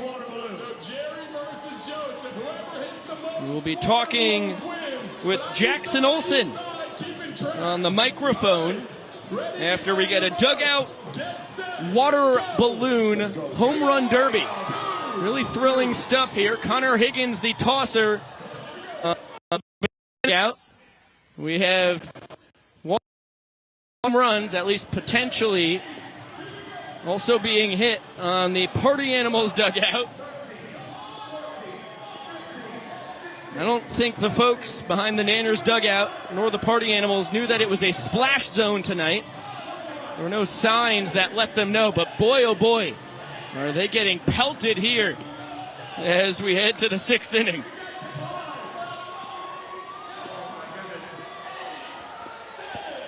Okay, Jesse Cole, let's listen in. 3, 2, 1. All right, stop. Oh my God. Jesse, you tell me how many you got first. You tell me how many you got. Joseph over here had 26. How many did you get? We have 39 water balloons over here. Thank you, guys. I think that is a water balloon dugout home run derby record, and as we bid adieu to that promotion, we say hello to Jackson Olson, the greatest showman of Bananaland, our TikTok superstar. How you living tonight, my dear friend? Hi, guys. I can see you from right here. Oh, you look great, buddy. It feels good. It feels good to be out here and just, I'm not sure what's going on the mound right now. We did not go over. Oh, I didn't see this in rehearsals. Oh, my God. Zach Phillips gets the first pitch. That's a strike. Now he switches spots with Matt Wolf. And Wolfie throws the second one. It's Chase Acuff in the 10-hole. The shortstop will lead it off. And then Hampton and Cornett do up behind him. Jackson, how about Cowboy Kyle Lewigs pinch running for you there and scoring the inning-winning run? Hey, you know, Kyle, if you're listening to this after the game, he told me he was going to do that. He told me he was going to score if I got on base, so he did it. Well, funny enough. I did say that, and I did do that. Let's go. I'm all over the place. I told you I got you if you just got on base. Wow. It was really good execution by you. That's just teamwork right there. I mean, that's banana ball. That's teamwork.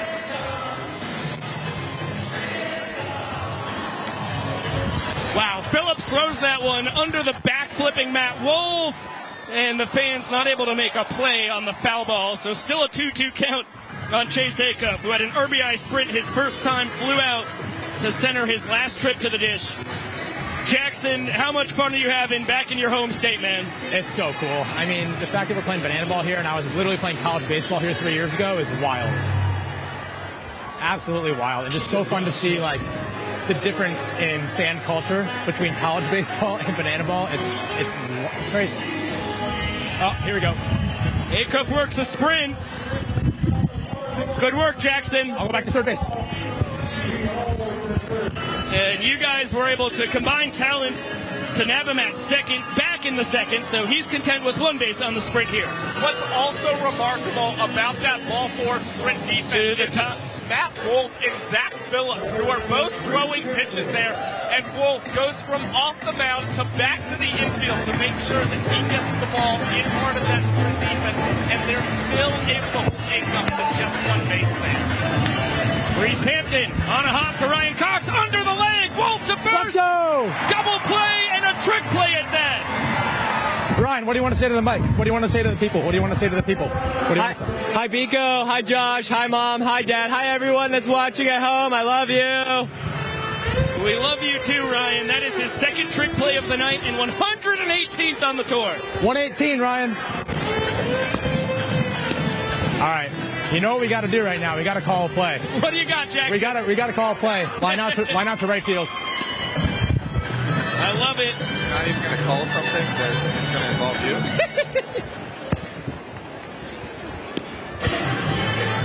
Oh, T-Swift, let's go. Are you scared of the ball right now, Jackson? I want the ball. Give me the ball. It sounds like you predicted a fly down the right field.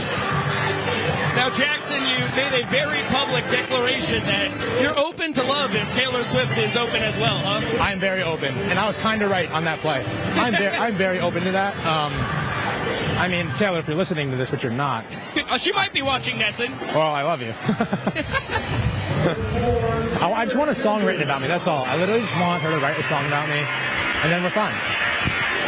Give the people a little bit of a teaser. Oh, also, I found out Kyle's a Swiftie. Kyle's a big Swiftie. He likes New Romantics, so I found that out. I didn't know until then. Very special moment. Fournette is now 3 for 4. Tanner Thomas is 1 for 3 with a home run. And lifts that one deep out to left. Michael Deeb will grab the can of corn for out number 3. Jackson Olson, you're an absolute superstar. Thank you so much for hopping a mic on. Love you guys. Thank you, Kyle, for scoring for me. Love you too, Jackson. There goes our TikTok superstar. And as we honor all the military members here in Duncan Park, we pass that on to everybody watching at home as well. Nanners just need one run to win the 6th inning. We'll see if they can do it just after this. Welcome back to Banana Land. We come to you live from Duncan Park. And Garrett Delano's evening is over. Jake Lialios, the new party animal on the bump, trying to defend a currently scoreless 6th inning. So the Nanners just need one run to double their point total tonight. It's going to be Matt Wolf at the bottom of the order, and then Eric Jones Jr. on deck, Michael Vitamin Deeb in the hole.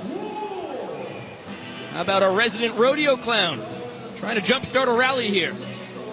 I don't hate it. I think he's about to jumpstart something or drop something right here. And there goes the drawers. You know him too well.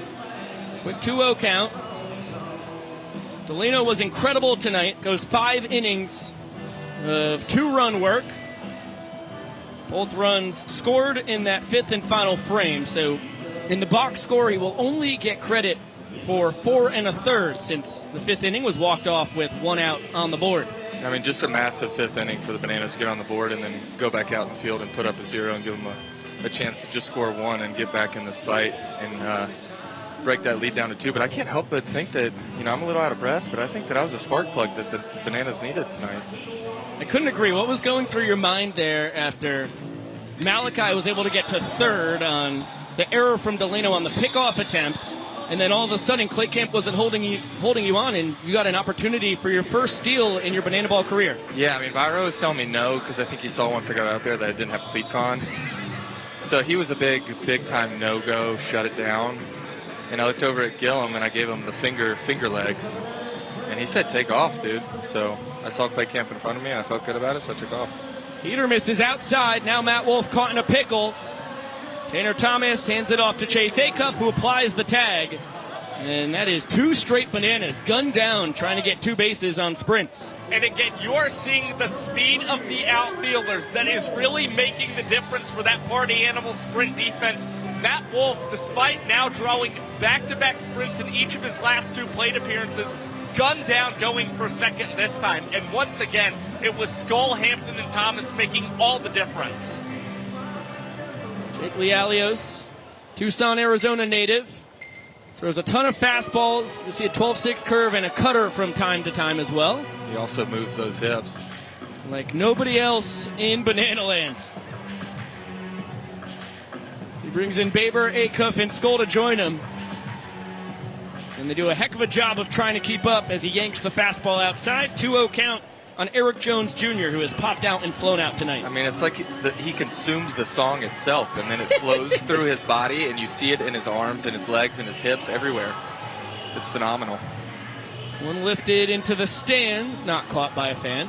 Well, it's no surprise coming from a guy who, before coming to Banana Land, was hosting parties solely to be pitbull parties, where he was compiling playlists over 4 hours long of nothing but pitbull songs. I didn't even know Pitbull had that many songs. Called the Mr. 305 parties. We got to have our own Mr. 305 party when Lialios was on the mound in Jacksonville back on March 5th. And EJ will not go the way of Matt Wolf and Ryan Cox before him. He'll be content with 1 base on the sprint. And pinch run for by Malachi Mitchell, as he is the automatic runner for the Nanners and can pinch run every time through the order. I mean, I'm just getting over the first trip around the bases, but I guess, I don't think Jackson has a shot at getting up this inning. But if he gets on next inning, I'm going to have to go back out there and put the wheels on. I look forward to that possibility. It was a blast. It was like a new world out there. I kind of forgot. I haven't done it in so long. I was very comfortable. You got a runner in front of you. You're not getting scared of getting picked off or back picked, but... Well, Malachi Mitchell avoids getting picked off there as Lialios throws it away, but Dustin Baber scampering over to keep Flash the Kid at first. I do have a bit of a flesh wound on my knee. Yeah, that's pretty gnarly. That I'm going to get taken care of. Unless, Josh, you think that you could patch me up. I actually gave my last Band-Aid to Biko before this broadcast got underway tonight. That's very ironic. It's a fact. I reached into my bag, thought I was getting my scorebook pen, and grabbed a hold of a razor. You should not be ever allowed or encouraged to blindly put any part of your body into your book bag. A lot of dangerous stuff in there. So Malachi many different things. Takes up for second and steals it easily. That is his tour-leading 66th stolen base in 71 attempts. And he stole on the right pitch as well for the Bananas. Jake Lialios going with that 12-6 curveball.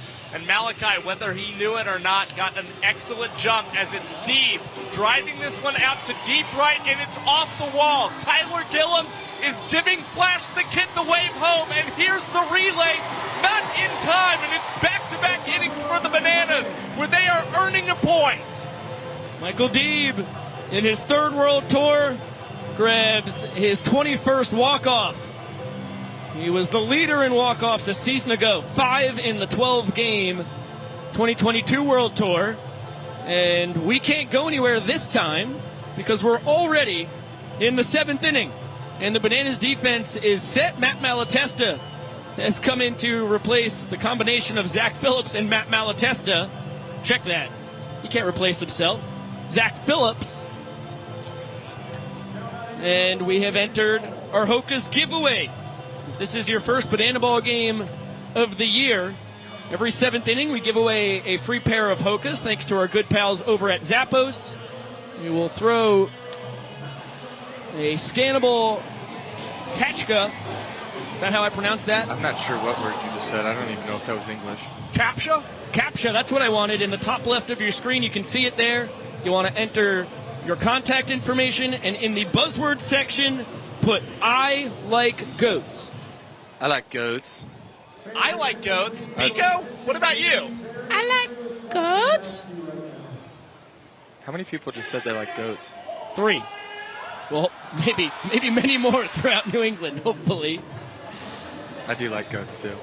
And I really like spending time with you guys, but unfortunately I've got to go down. I think the blood is entered in the sock area, and I don't want it to get on Dearman's shoe. So I'm going to go back down there and get patched up before hopefully another running opportunity. Jake Skull bounces that one to Eric Jones Jr., who beats him to the bag as Skull carried his weapon down the line. Cowboy Kyle Lewis, thank you so much for joining us. It was quite possibly the greatest thrill of our now 73-game World Tour to watch you running the bases. See you guys on the base path in the future. Feel better, Kyle. Thank you.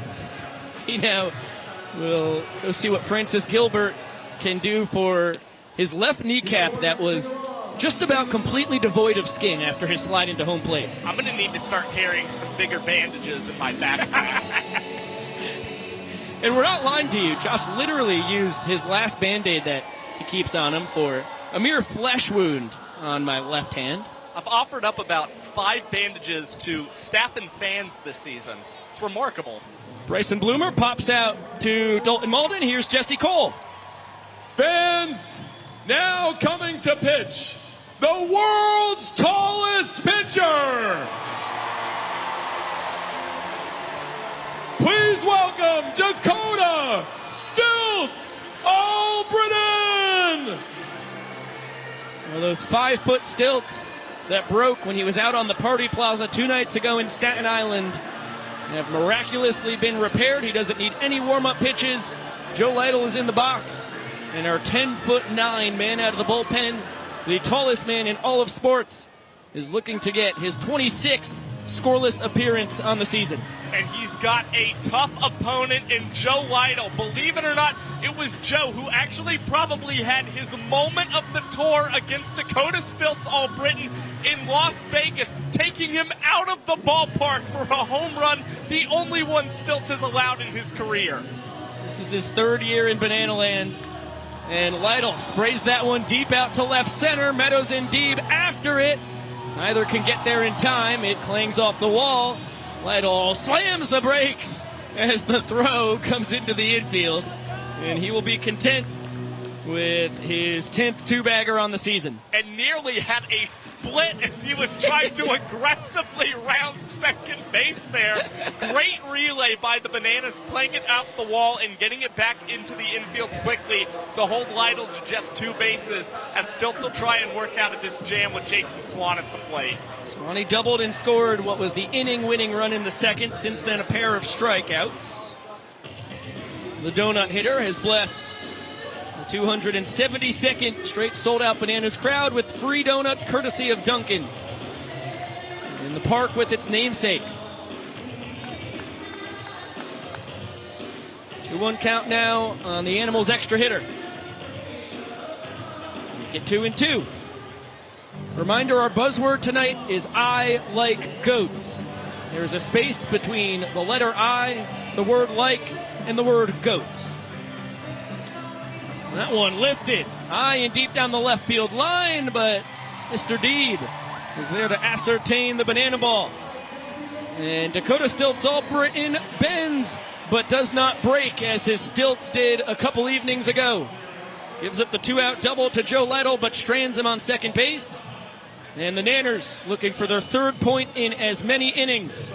They are down 2 in the all-important points category with 2.5 innings left in our banana ball game tonight. We'll be back on Nesson after this. Nesson's coverage of the Savannah Bananas is presented by Dunkin', and albeit that the Savannah Bananas also run on Dunkin'. We're back for the bottom of the 7th inning here in Banana Land, which tonight is coming to you from the capital of the Nutmeg State. Dunkin' Park in Hartford, Connecticut, home of the Hartford Yard Goats, AA affiliate of the Colorado Rockies. Over 7,000 of our friends and family on hand for the 27th stop on this tour, the 34th city in this young sport's history to be blessed with live banana ball. Dylan Porter, the new man on the mound, and he wastes no time giving us his signature pitch. A 90-mile-an-hour fastball out of the pistol squat.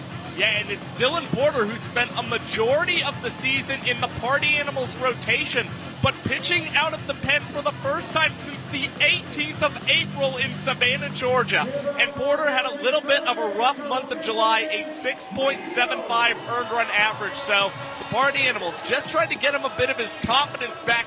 And how about this, setting down Vinnie Derubius on just 3 pitches to start this outing. Nothing but gas for the pride of Trumbull, Connecticut, who has flown out and grounded out tonight. Reminder, this is the last half inning of our Hoka's giveaway. Our buzzword tonight is I like goats.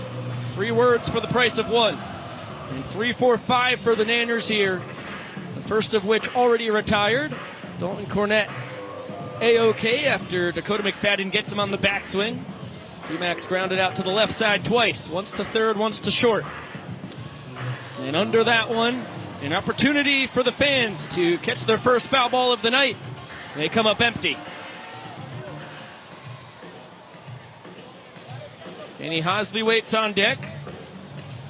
T-Mac second on the tour in walk-offs with 22. Hosley the leader with 25. And McFadden sends it into shallow left. Chase Acuff makes the call and the catch.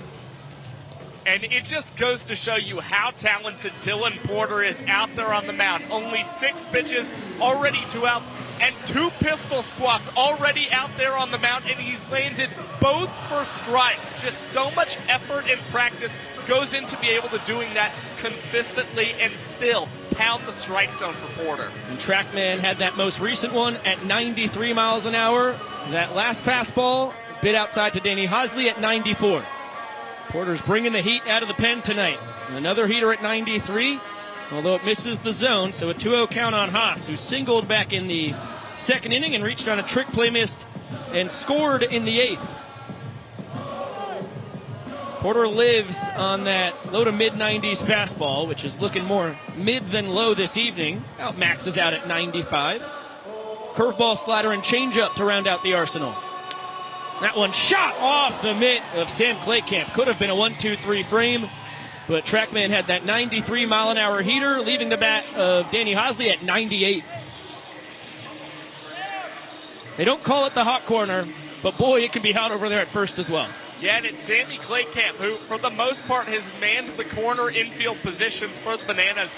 That one just got on him a little too quickly, and it's the Bananas who will try and score a 3rd straight point and come closer in this ballgame against the Party Animals.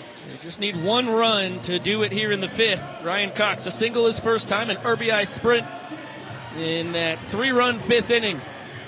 That eclipsed a 2-run top half for the Party Animals and really helped turn the tide here. But that is a flail, a miss, and a sword for Coxie on one that TrackMan had at 92 miles an hour. Hosley takes off from first. Fastball's fouled out of play. Dylan Porter out of Oakland, California. Spent time at Santa Barbara City College, Washington State University, and the University of New Orleans throughout his 5 years of college ball.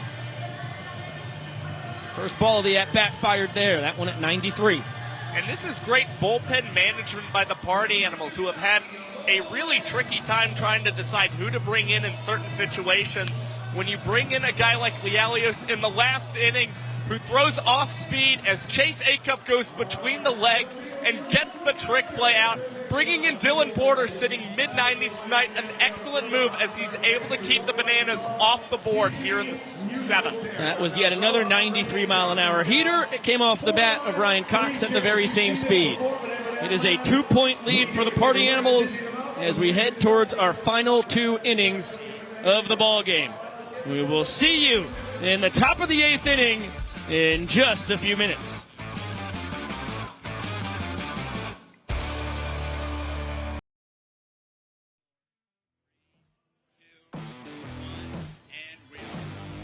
You're looking down from the Banana Panorama at DJ the Invader in the middle of Duncan Park here in Hartford, Connecticut, as we enter the 8th inning of the 73rd Banana Ball game on the 2023 tour.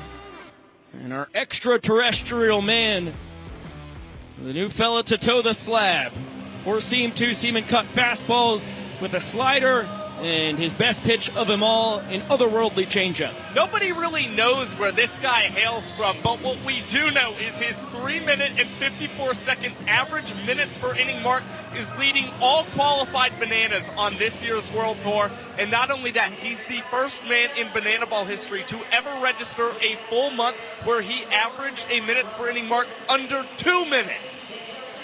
Big cut and a foul ball on a 2-0 there to Slammin' Sammy Claycamp, who in his third World Tour, second with the Party Animals, has been excellent in limited action, upgraded to an assistant coach here in 2023. Taps that one to his coaching partner, Mike Vivacis, also in his third year on the tour, although all three of them for the bad boys in Banana Land. Claycamp cranks that one foul.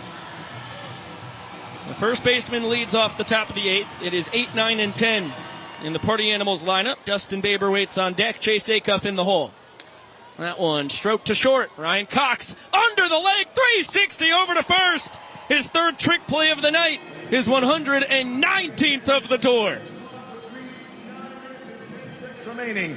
If the clock strikes 0 during the 8th inning, then this will be the final inning where every run counts for a point. The young professor reminding the full capacity crowd here in the capital of the Constitution State that if our 2-hour timer runs out during this 8th inning, every run that is scored will count as a point. If we get through the inning without the 2-hour timer running out, then that will be the case for the 9th. Big 2-1 count on Dustin Baber as the Invaders working with quite a pace here. You get 2 balls and 2 strikes. The second baseman for the Party Animals, a pop-out, fly-out, and strikeout this evening.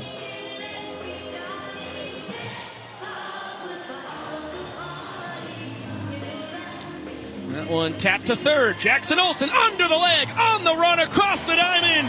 Another trick play for the Nanners. That is number 15 in 17 attempts on the tour for our greatest showman. And we've seen the Great 8 on a torrid pace in the trick play department recently. It's Jackson now with 9 trick plays across his last 14 games played for the Bananas. How about Ryan Cox laying out and grabbing the final out here in the top of the 8th inning as the left side of the Nanners infield flashing the leather to get us to the bottom of the 8th.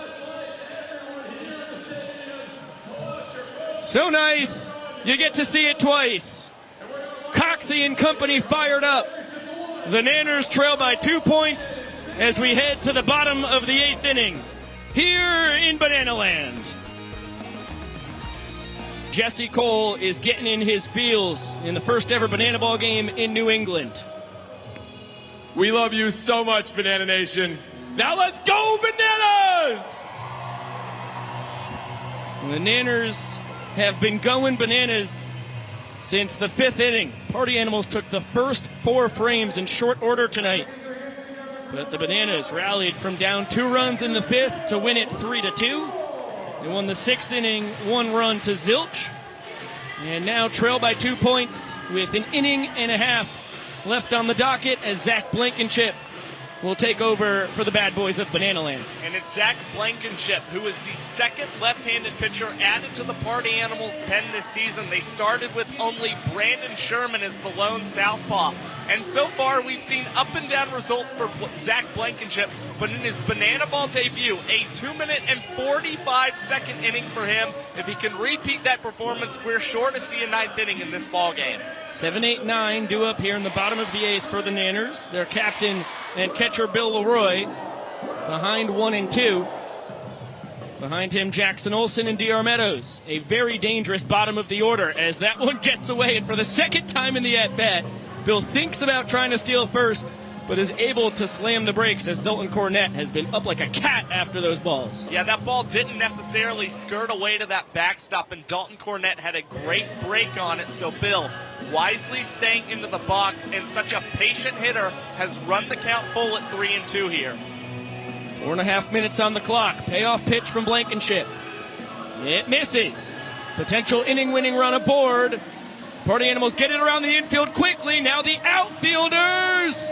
Oh, boy. Bill in there just a hair Ahead of the flip from Skoll to the 7th and final party animal who had to touch it, Tanner Thomas. And that is a 2-base sprint after the last 2 Bananas who tried to get to second base were gunned down. Yeah, and an aggressive steal there, or an aggressive base running approach from Bill Leroy. And it was really the transfer from Reese Hampton to Tanner Thomas that was able to get Bill in there at second base. That's already his 3rd ball 4 sprint against Zach Blankenship on the season. Peter misses just a smidge outside. Blankenship high 80s to low 90s. This one through the left side of the infield. Bill will go station to station with no outs, no reason to risk it, with an 80-grade outfielder like Reese Hampton waiting in left. And the potential inning-winning run is now 90 feet away as Noah Bridges pinch runs for Jackson Olson, who is 2 for 3 in the first ever Banana Ball game in his home state. DR Meadows, a single and a 2-run double so far on the evening, the latter of which won the 5th inning. Normally the Bananas leadoff man. He shoots that one down the right field line. He is 3 for 3. He's got his 2nd walk-off of the night, 21st of the tour. It's 4-3 as we go to the 9th. Here's the young professor. Up of the 8th inning, ladies and gentlemen, we will start the top of the 9th, which means it's time to cast our gaze upon the scoreboard. As it sits right now, the party animals are up 4-3. The Bananas are down only by 1. But here's the thing about the game of Banana Ball. In the final inning, every run counts for a point. That means the party animals are trying to hold the Bananas here, but they need 1 to tie the game, 2 to walk it off. Make some noise, Hartford, and welcome to the final inning! The young professor tells the truth. Every run that is scored here in the 9th inning will count as a point. As you get another look at the poke from DR Meadows, he knew it off the bat. He is 3 for 3 tonight. That is his 2nd double as walk-offs in Banana Land. You judge how many bases a guy will get, since you can have 9 walk-offs potentially, well, 8 rather, in one game, with every inning being a potential walk-off for the home team. To keep slugging percentage and such in check, that's what we do. A long-winded explanation to show you the final inning rules. We've run through it. Every run scored counts as a point. If this frame ends tied, we'll go to tiebreaker showdowns as Jake Lialios and our good friend Cowboy Kyle Lewigs let the fans know that this is indeed the final inning.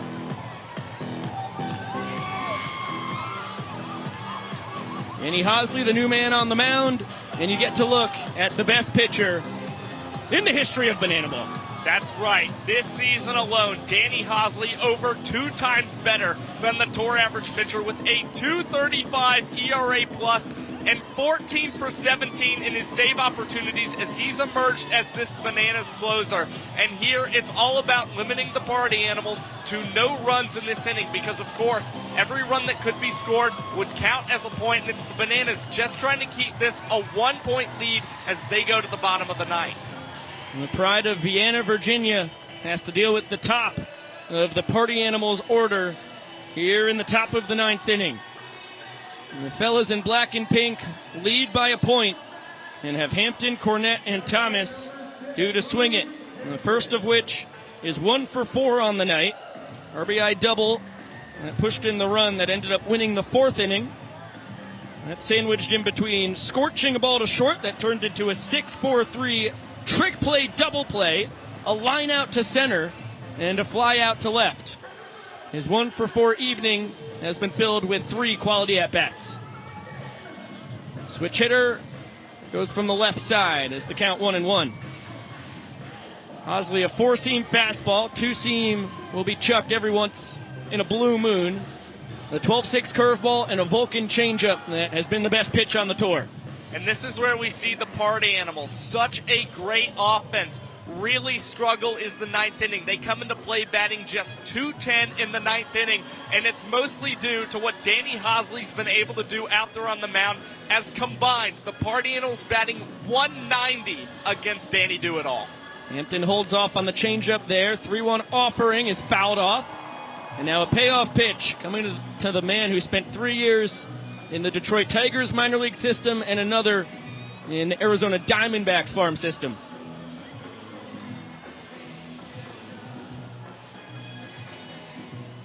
Swing and a miss. The payoff pitch is the changeup, and it does the job. Big first out for Danny Hosley. Danny Hosley goes off speed there to Reese Hampton, who I think was sitting on the 12-6 curveball, looking for something a little more off speed, and just had to catch up too late to that changeup. And that's a big first out for Hosley as he now tries to attack the Party Animals catcher. Perfectly located changeup, and now he has to deal with Dalton Cornett, who's 3 for 5 on the evening with a double and a run scored. And he comes up empty on that disappearing changeup. And it's Dalton Cornett, a guy who does not strike out very much on this tour, who has had more against Danny Hosley than everybody else and skies this out to center field. D.R. Meadows camps under it. And it has been Cornett, the only man who's really been that Achilles heel for Danny Hosley. 2 home runs against him on the tour. Mike Vivacis, the only other Party Animal who's taken Hosley deep. As Danny Do-It-All sets his sights on the 3-hitter for the Animals here, Tanner Thomas, who homered in the first, which ended up earning the Party Animals their first point of the night. Since then, a pair of flyouts to left and a ground out back to the pitcher, who was Zach Phillips at the time. And we saw Tanner go deep in the first inning, but I'm not sure we've seen a more lopsided matchup on the tour all season. It's Tanner coming into tonight just 1 for 17 against Hosley. Trackman had that fastball at 91 for strike 1, and then a 90-mile-an-hour heater down to make it a 2-ball-and-1 strike count.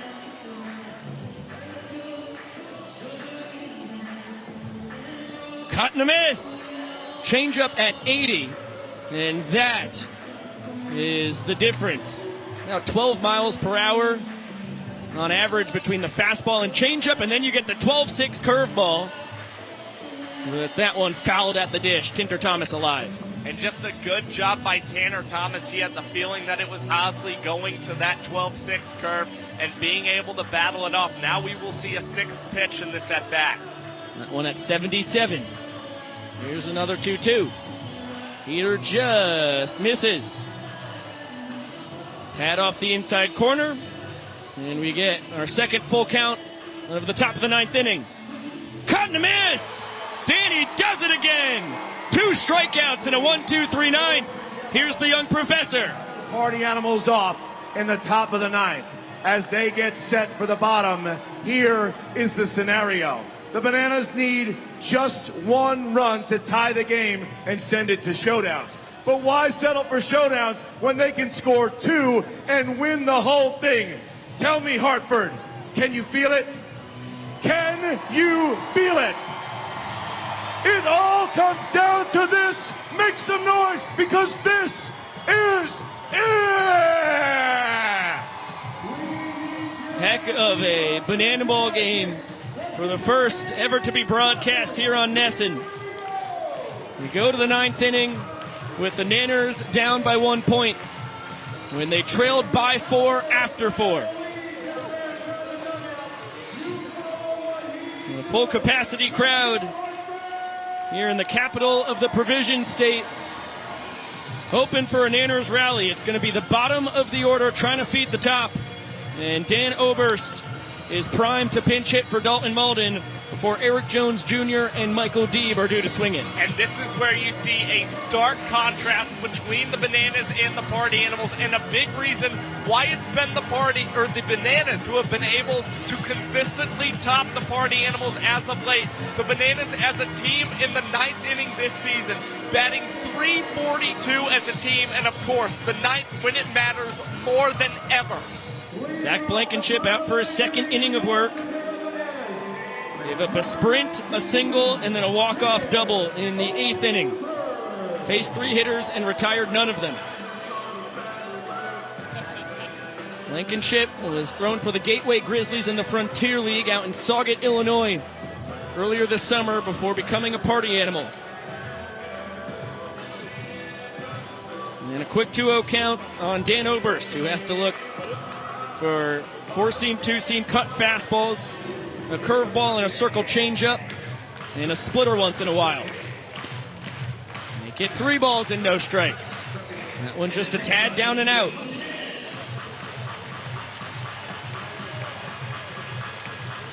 Oberst, a 5-year banana. All the power you're legally allowed to put in a human being.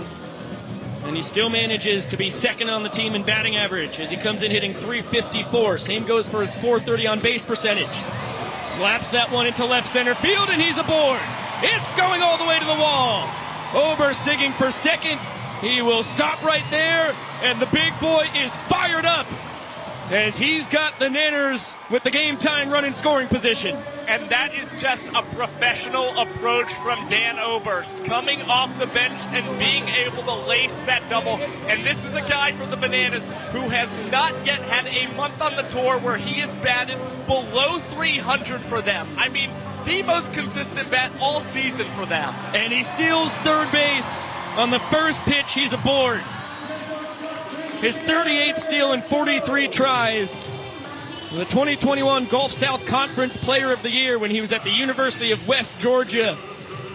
Is every kind of a player you could ever ask for. This one shot up the middle. Eric Jones Jr. has tied this game at 4 points apiece here in the 9th. And he represents the potential game-winning run. Still no outs, and Malachi Mitchell is pinch running for him. And that's excellent banana ball strategy. After Eric Jones is able to tie the ball game, you only have one more opportunity to pinch run Malachi Mitchell before you go to showdowns. So why not do it now when you've got that winning run on base? Malachi has already stole second once tonight. Remember, in banana ball, as the automatic runner, you can pinch run once every time through the order. And now that we're back at the top, Malachi eligible to run around the bags again.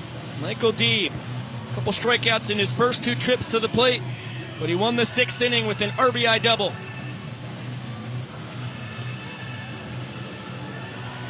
Now quickly 0-2. Malachi scored that inning-winning run in the 6th on the Deeb 2-bagger. He fouls this one off the netting. And this is where you see Michael Deeb arguably at his best all tour, batting .462 in the 9th inning. He's also worked 3 sprints in that span, so he can be a very pesky hitter and get on base when need be. In his 3rd World Tour, all of them with the Nanners. A savvy veteran as he gives the fans a chance to make a play, and they do! The first foul ball caught by a fan here in Hartford is out number 1 here in the bottom of the 9th inning. And you can see the frustration on the face of Michael Deeb spiking his bat after that one was caught. And even the Bananas fans all across Duncan Park not happy that the fan was able to come up with that banana ball. All the way into the 2nd deck, where it was snagged for a huge first out for the Party Animals.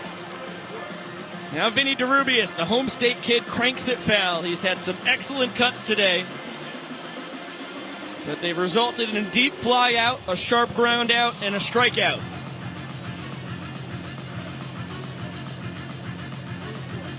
There goes Malachi Mitchell. The pitch is high. Throw from Cornett. Not in time. Party Animals are certainly going to use their challenge here, as from the naked eye, I had flashed the kid out. But we will throw on the Riedel headsets, and our good folks in Savannah will dial up the replay for us to see if Flash the Kid grabbed his 2nd stolen base of the night. And this is a huge call in this ball game. Zach Frangelo and Vincent Chapman get the Riedel headsets on as well. And we are ready to take another look at this. Oh boy. This is the only angle we have. I'm not seeing anything there to turn it over yet.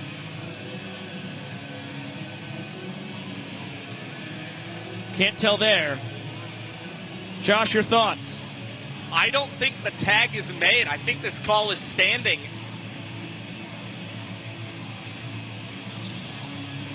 I'm not seeing enough from Baber on the tag to Malachi Mitchell. Zach thinks it's out. We don't have him here.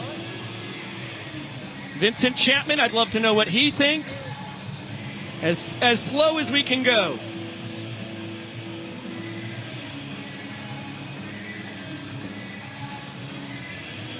Oh, ooh. I don't think. Look, when we go frame by frame, we don't have enough to overturn this call. I don't have enough to overturn it personally. What's Vincent's thought? I've got not enough, but if the guys down there think it's out, I'm happy with it being out. It's bang, bang. Here's another look. It looks out there. Make the call on the field.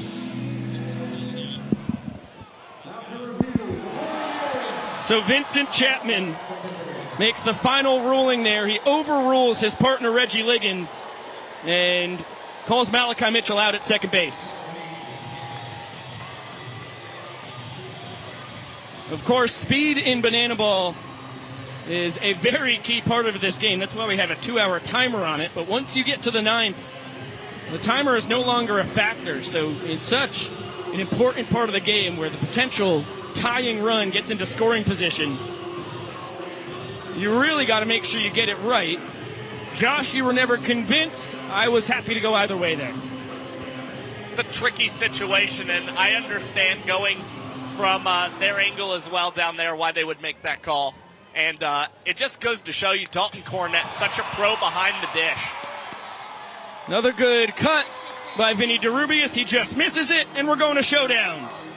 In the game of banana ball, there are no extra innings. If the game is tied, when it's all said and done, that means that it's time for the showdown!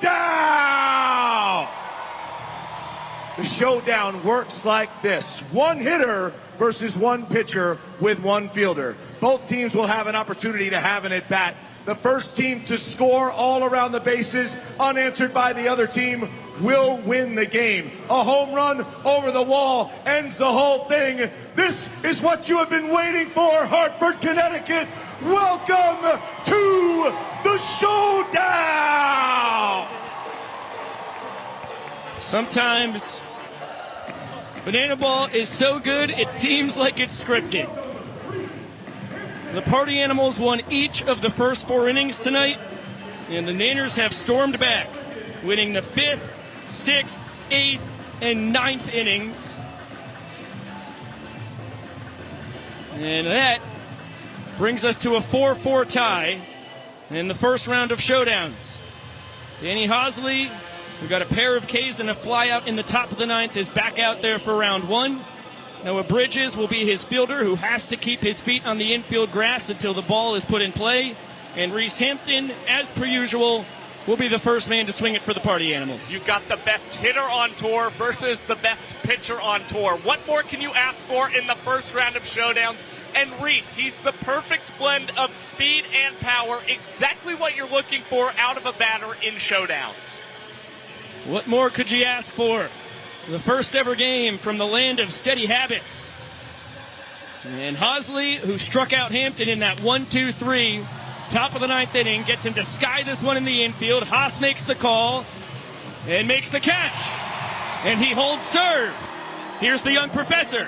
Do not score in their half of the showdown, which means it is up to the Bananas now. All they have to do is make it around the bases. Get ready for the second half of the first round. Showdown, everybody! When we talked to Jesse Cole back in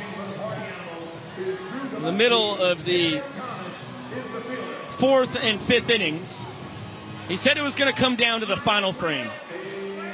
He jests when he says such a thing, but also banana ball was designed for such an outcome. And now it is going to be up to Dan Oberst, who led off that 9th inning with the double and scored the game-tying run. to see if he can walk this thing off for the Nanners and make it 8 straight wins on the road against their arch rivals. And it's the Party Animals electing to take Zach Blankenship out of the game and insert Drew Gillespie, who has quickly become their highest leverage reliever on the tour. And you look at the showdown stats alone, Gillespie, 2 showdown shutdowns in 3 opportunities on the tour. The 25-year-old out of Albuquerque, New Mexico, gets a pop-up in the infield. Tanner Thomas, the fielder, will take care of it, and we're going to round 2. Mr. Young Professor. If we go to a second round showdown like we are now, the rules change ever so slightly. This time, it is truly 1-on-1. 1 hitter versus 1 pitcher. No fielder. Welcome to round 2 of the showdowns, ladies and gentlemen. The full capacity crowd that makes up the 272nd straight sold out Bananas game getting a treat here. We go to round 2, and it will be Jake Skoll, the second best hitter on the tour, facing off against this season's best pitcher. Yennett Skoll, who has had a great night at the plate, 2 ball 4 sprints and an RBI triple. But he has been striking out at a very high rate the last month and a half. So if anything, you're probably going to see a lot of off-speed pitches, the changeup and the 12-6 curve here from Danny Hosley against the Party Animals outfielder. Hosley struck out Skoll in the 9th 2 evenings ago in Staten Island. And Jake was barking at Danny, going back to the dugout, asking for fastballs. He got 1 there. He got 2 in the previous at-bat. But there is the changeup. And it was the changeup that put Skoll away a couple evenings ago in the Big Apple as well. And he gets it again, and he comes up empty again. We're seeing a very similar attack to that last AB. Hosley only showed him a first pitch fastball, and that's all we've seen so far. He gets the heater there. It's called strike 3. Nanners have another chance to win it. Hosley strikes out Jake Skoll, which means the Bananas have their chance right now, ladies and gentlemen. 1-on-1. Danny Hosley is built different. That guy is unbelievable. He gave Skoll the fastball he wanted. Trackman had it at 90, and it froze him. It's a gorgeous pitch sequence because Skoll is thinking it's going to be a repeat of the last at-bat. And with the 1-2 count, it's Hosley deciding to sneak that fastball right by him. That's a former first-rounder who is being absolutely baffled by Danny Hosley. And now the game once again lies in the hands of Drew Gillespie. He no longer has a fielder behind him, and he has to deal with Eric Jones Jr., who is no stranger to hitting in showdowns. The last time we saw this matchup was quite recently. It was August the 5th in Savannah, and it was Eric Jones getting the walk-off for the Bananas, shooting one down that left field line. And despite Drew Gillespie's unbelievable throw home, it was EJ just getting in ahead of the tag.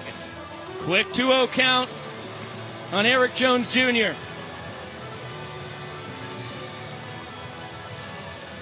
Make it 3 balls and no strikes. See if Gillespie goes to the 4-seam, 2-seam cut, fastball, changeup, or curveball here. It's the heater, and it's cut on and missed. Still EJ's count, 3-1. It gets the outside corner, and Gillespie battles back. Yeah, and what great work here from Drew Gillespie, painting the corner there. Payoff pitch. It is grounded into left. Gillespie is off to the races. EJ's around first base. And the ball stops about 20 feet from the track. Jones approaching third. He's around it. The throw from Drew Gillespie. Up the line. Eric Jones Jr. is your hero. Nanners come all the way back, down 4-0. They win it 5-4 and take the great state of Connecticut. What an unbelievable rally tonight from the Bananas, scoring 4 points in the last 5 innings of play, and Eric Jones Jr.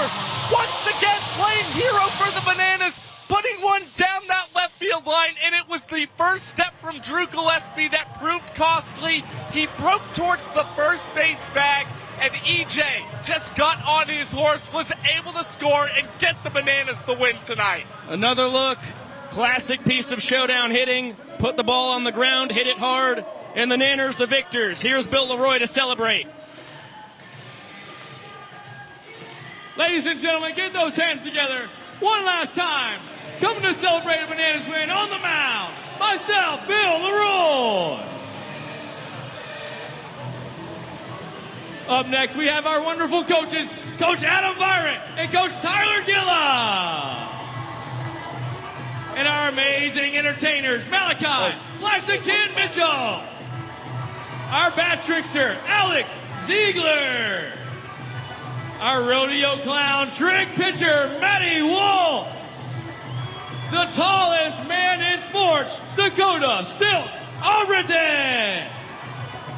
And last but not least, our dancing first base coach, Maceo. And we have our pitchers and reserves. Starting pitcher, Christian, Mr. Electric Dearman. Zach Phillips, DJ the Invader, Ryan Kellogg, Matt Malatessa, Jared Donaldson, Cowboy Kyle Weeks, Big Butter, and Nolan Daniel. Walking off the game tonight in showdowns, number 3, Mr. Eric Jones. Savannah Bananas heartthrob, number 9, you know him, you love him, Noah Bridges. The slugger with a big double late in the game, coming up with legend Reginald Horton, number 19, Danny Obert. With 2 big strikeouts and showdowns, number 18, closing the game, Danny Hosley. Our trick shortstop, our glove magician, living up to his name tonight, number 6, Ryan Cox. The Doc, walking off 2 innings tonight, backflipping, catching in center field, number 5, DR Meadows. Coming up singing his new hot single, How'd You Keep Her? Check it out on Spotify. Number 13, Dalton Malden.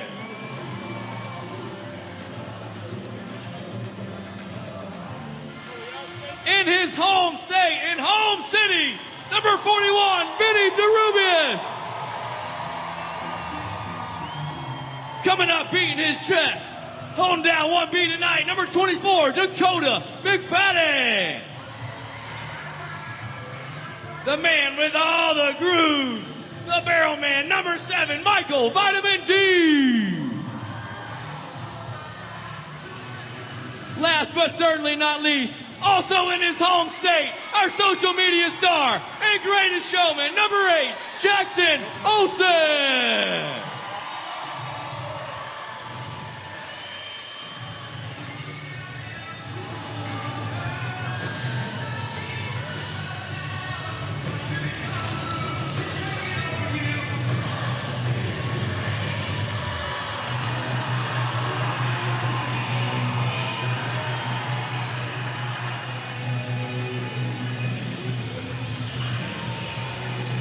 Unreal win for the Nanners.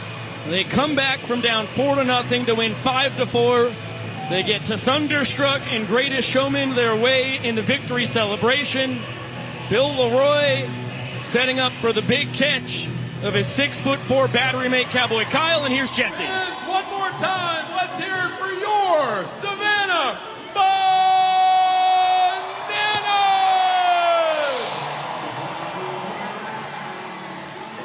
Hartford, you were absolutely amazing. And so tonight, for the first time in Bananas history here on this world tour, we're going to allow all of you to come down onto the field and meet the Bananas, autographs, pictures, and meet the cast, and have fun with us for our final party of the night. We're going to have everybody enter from the first base side. So the whole first base side, you'll be able to come out on the field, meet the Bananas, hang out and have fun with us. But Hartford, thank you so much. We love you, Banana Nation. You guys were wonderful, and we'll see you in a little bit. How about that?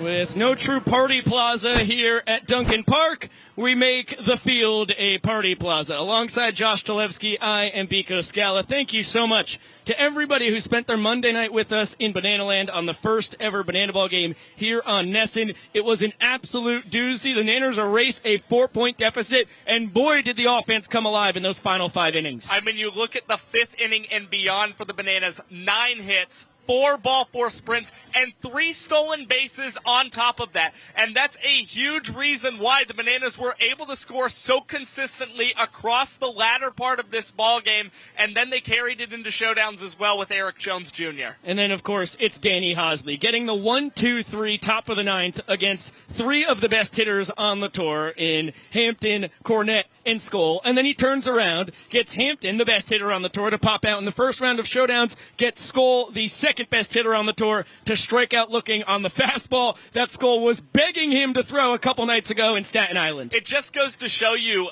what the leg up the Bananas bullpen has on the Party Animals right now. Outside of Dylan Porter, it really didn't feel like any of those Party Animals relievers necessarily had their best stuff tonight. As for the Bananas, good work from DJ the Invader, Matt Malatesta, Dakota Stilts, All-Britain, and of course Danny Hosley, and making sure the Bananas were able to come back and rally for that win. Now we will have full video highlights, a SportsCenter-esque highlight with a couple of friends from Bristol on the Bananas YouTube page as the post-game fun will continue there, but that will be it here from our side when it comes to Nesson, as we just turned the lights off in the booth. Perfect timing. Oh, we got the lights back on. Okay, terrific. Thank you so much for watching the first ever Banana Ball game on Nesson. Wednesday night's game in Brockton and Friday night in Portland, Maine will both be on Nesson 360 as well as free to watch on the Nanners YouTube page. And then Saturday night in Portland, once again, we will be live on Nesson after the Red Sox play a 1 o'clock game. So it is going to be a blast. Hope to have you all there. Before we bid you adieu on the New England Sports Network, a big shout out to our director down in Savannah, in our control room in Grayson Stadium, Griffin Ellis, absolutely killed it. Same goes for our associate producer, Mr. Chris Haynes, and coordinating producer, Chad Reese. Thank you so much to Vinnie Derubius and Cowboy Kyle Lewigs for joining us in the booth, and Jackson Olson for slapping a mic on him at third base. It was an absolute blast, and we will see you on Saturday night here on Nesson. Have a great evening. The Nanners win this one 5-4 in thrilling come from behind fashion, and boy oh boy, we can't wait to do it again Wednesday night in Brockton, Massachusetts. We will see you then, and of course, we'll see you later!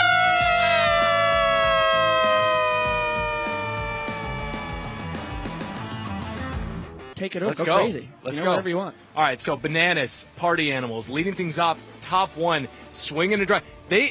Tanner Thomas the tank engine. He's the cheeky one. He goes upper deck. Are they all upper decks in right field in Hartford? Sure, but it's still impressive.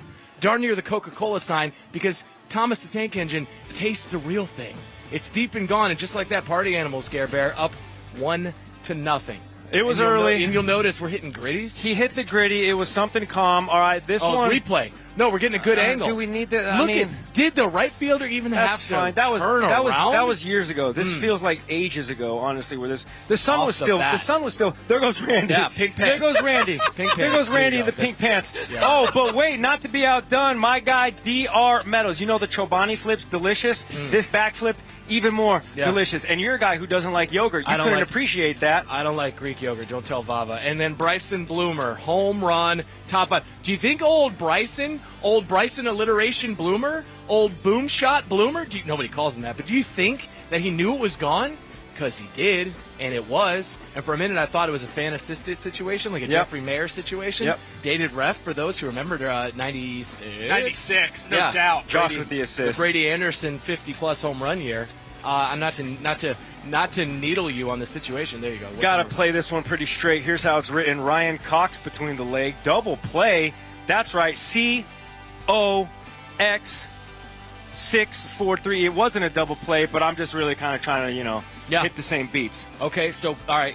Kyle Louise is pinch running in the 5th inning. This is where it got a little knuckle down time. And DR Meadows, they call him the doctor. Did you know that? Do you know why? Yeah. Because DR, right? Doctor, abbreviation, little shortened thing at the front of the title there. And it brings home Kyle Louise pinch running in the 5th. Well, that's because the PhD, pretty hard drive. And it's a walk-off. That's pretty strong. Yeah. Oh, we got Ryan Cox again. This guy is so confident that he doesn't even wear a hat. Yeah. He just has this bandana, dude. He kind of looks like Jean-Claude Van Damme in Bloodsport. You know what was cool about Ryan Cox? Literally everything. Everything. The Wi-Fi signal was strong on this play. There were people complaining about it, and they shouldn't have, because we had full bars. Now we're in a showdown in the 9th, but the 9th plus. Oh, and here's Jackson, dude. Superstar on TikTok. Superstar teammate helping his guy up. Eric Jones Jr. He's on his horse. EJ squared. Wins the game in the showdown. I give so much credit to Drew Gillespie for sprinting out there. Still catching his breath. Put a ton on the throw as well. I mean, but look at my guy, dude. EJJ.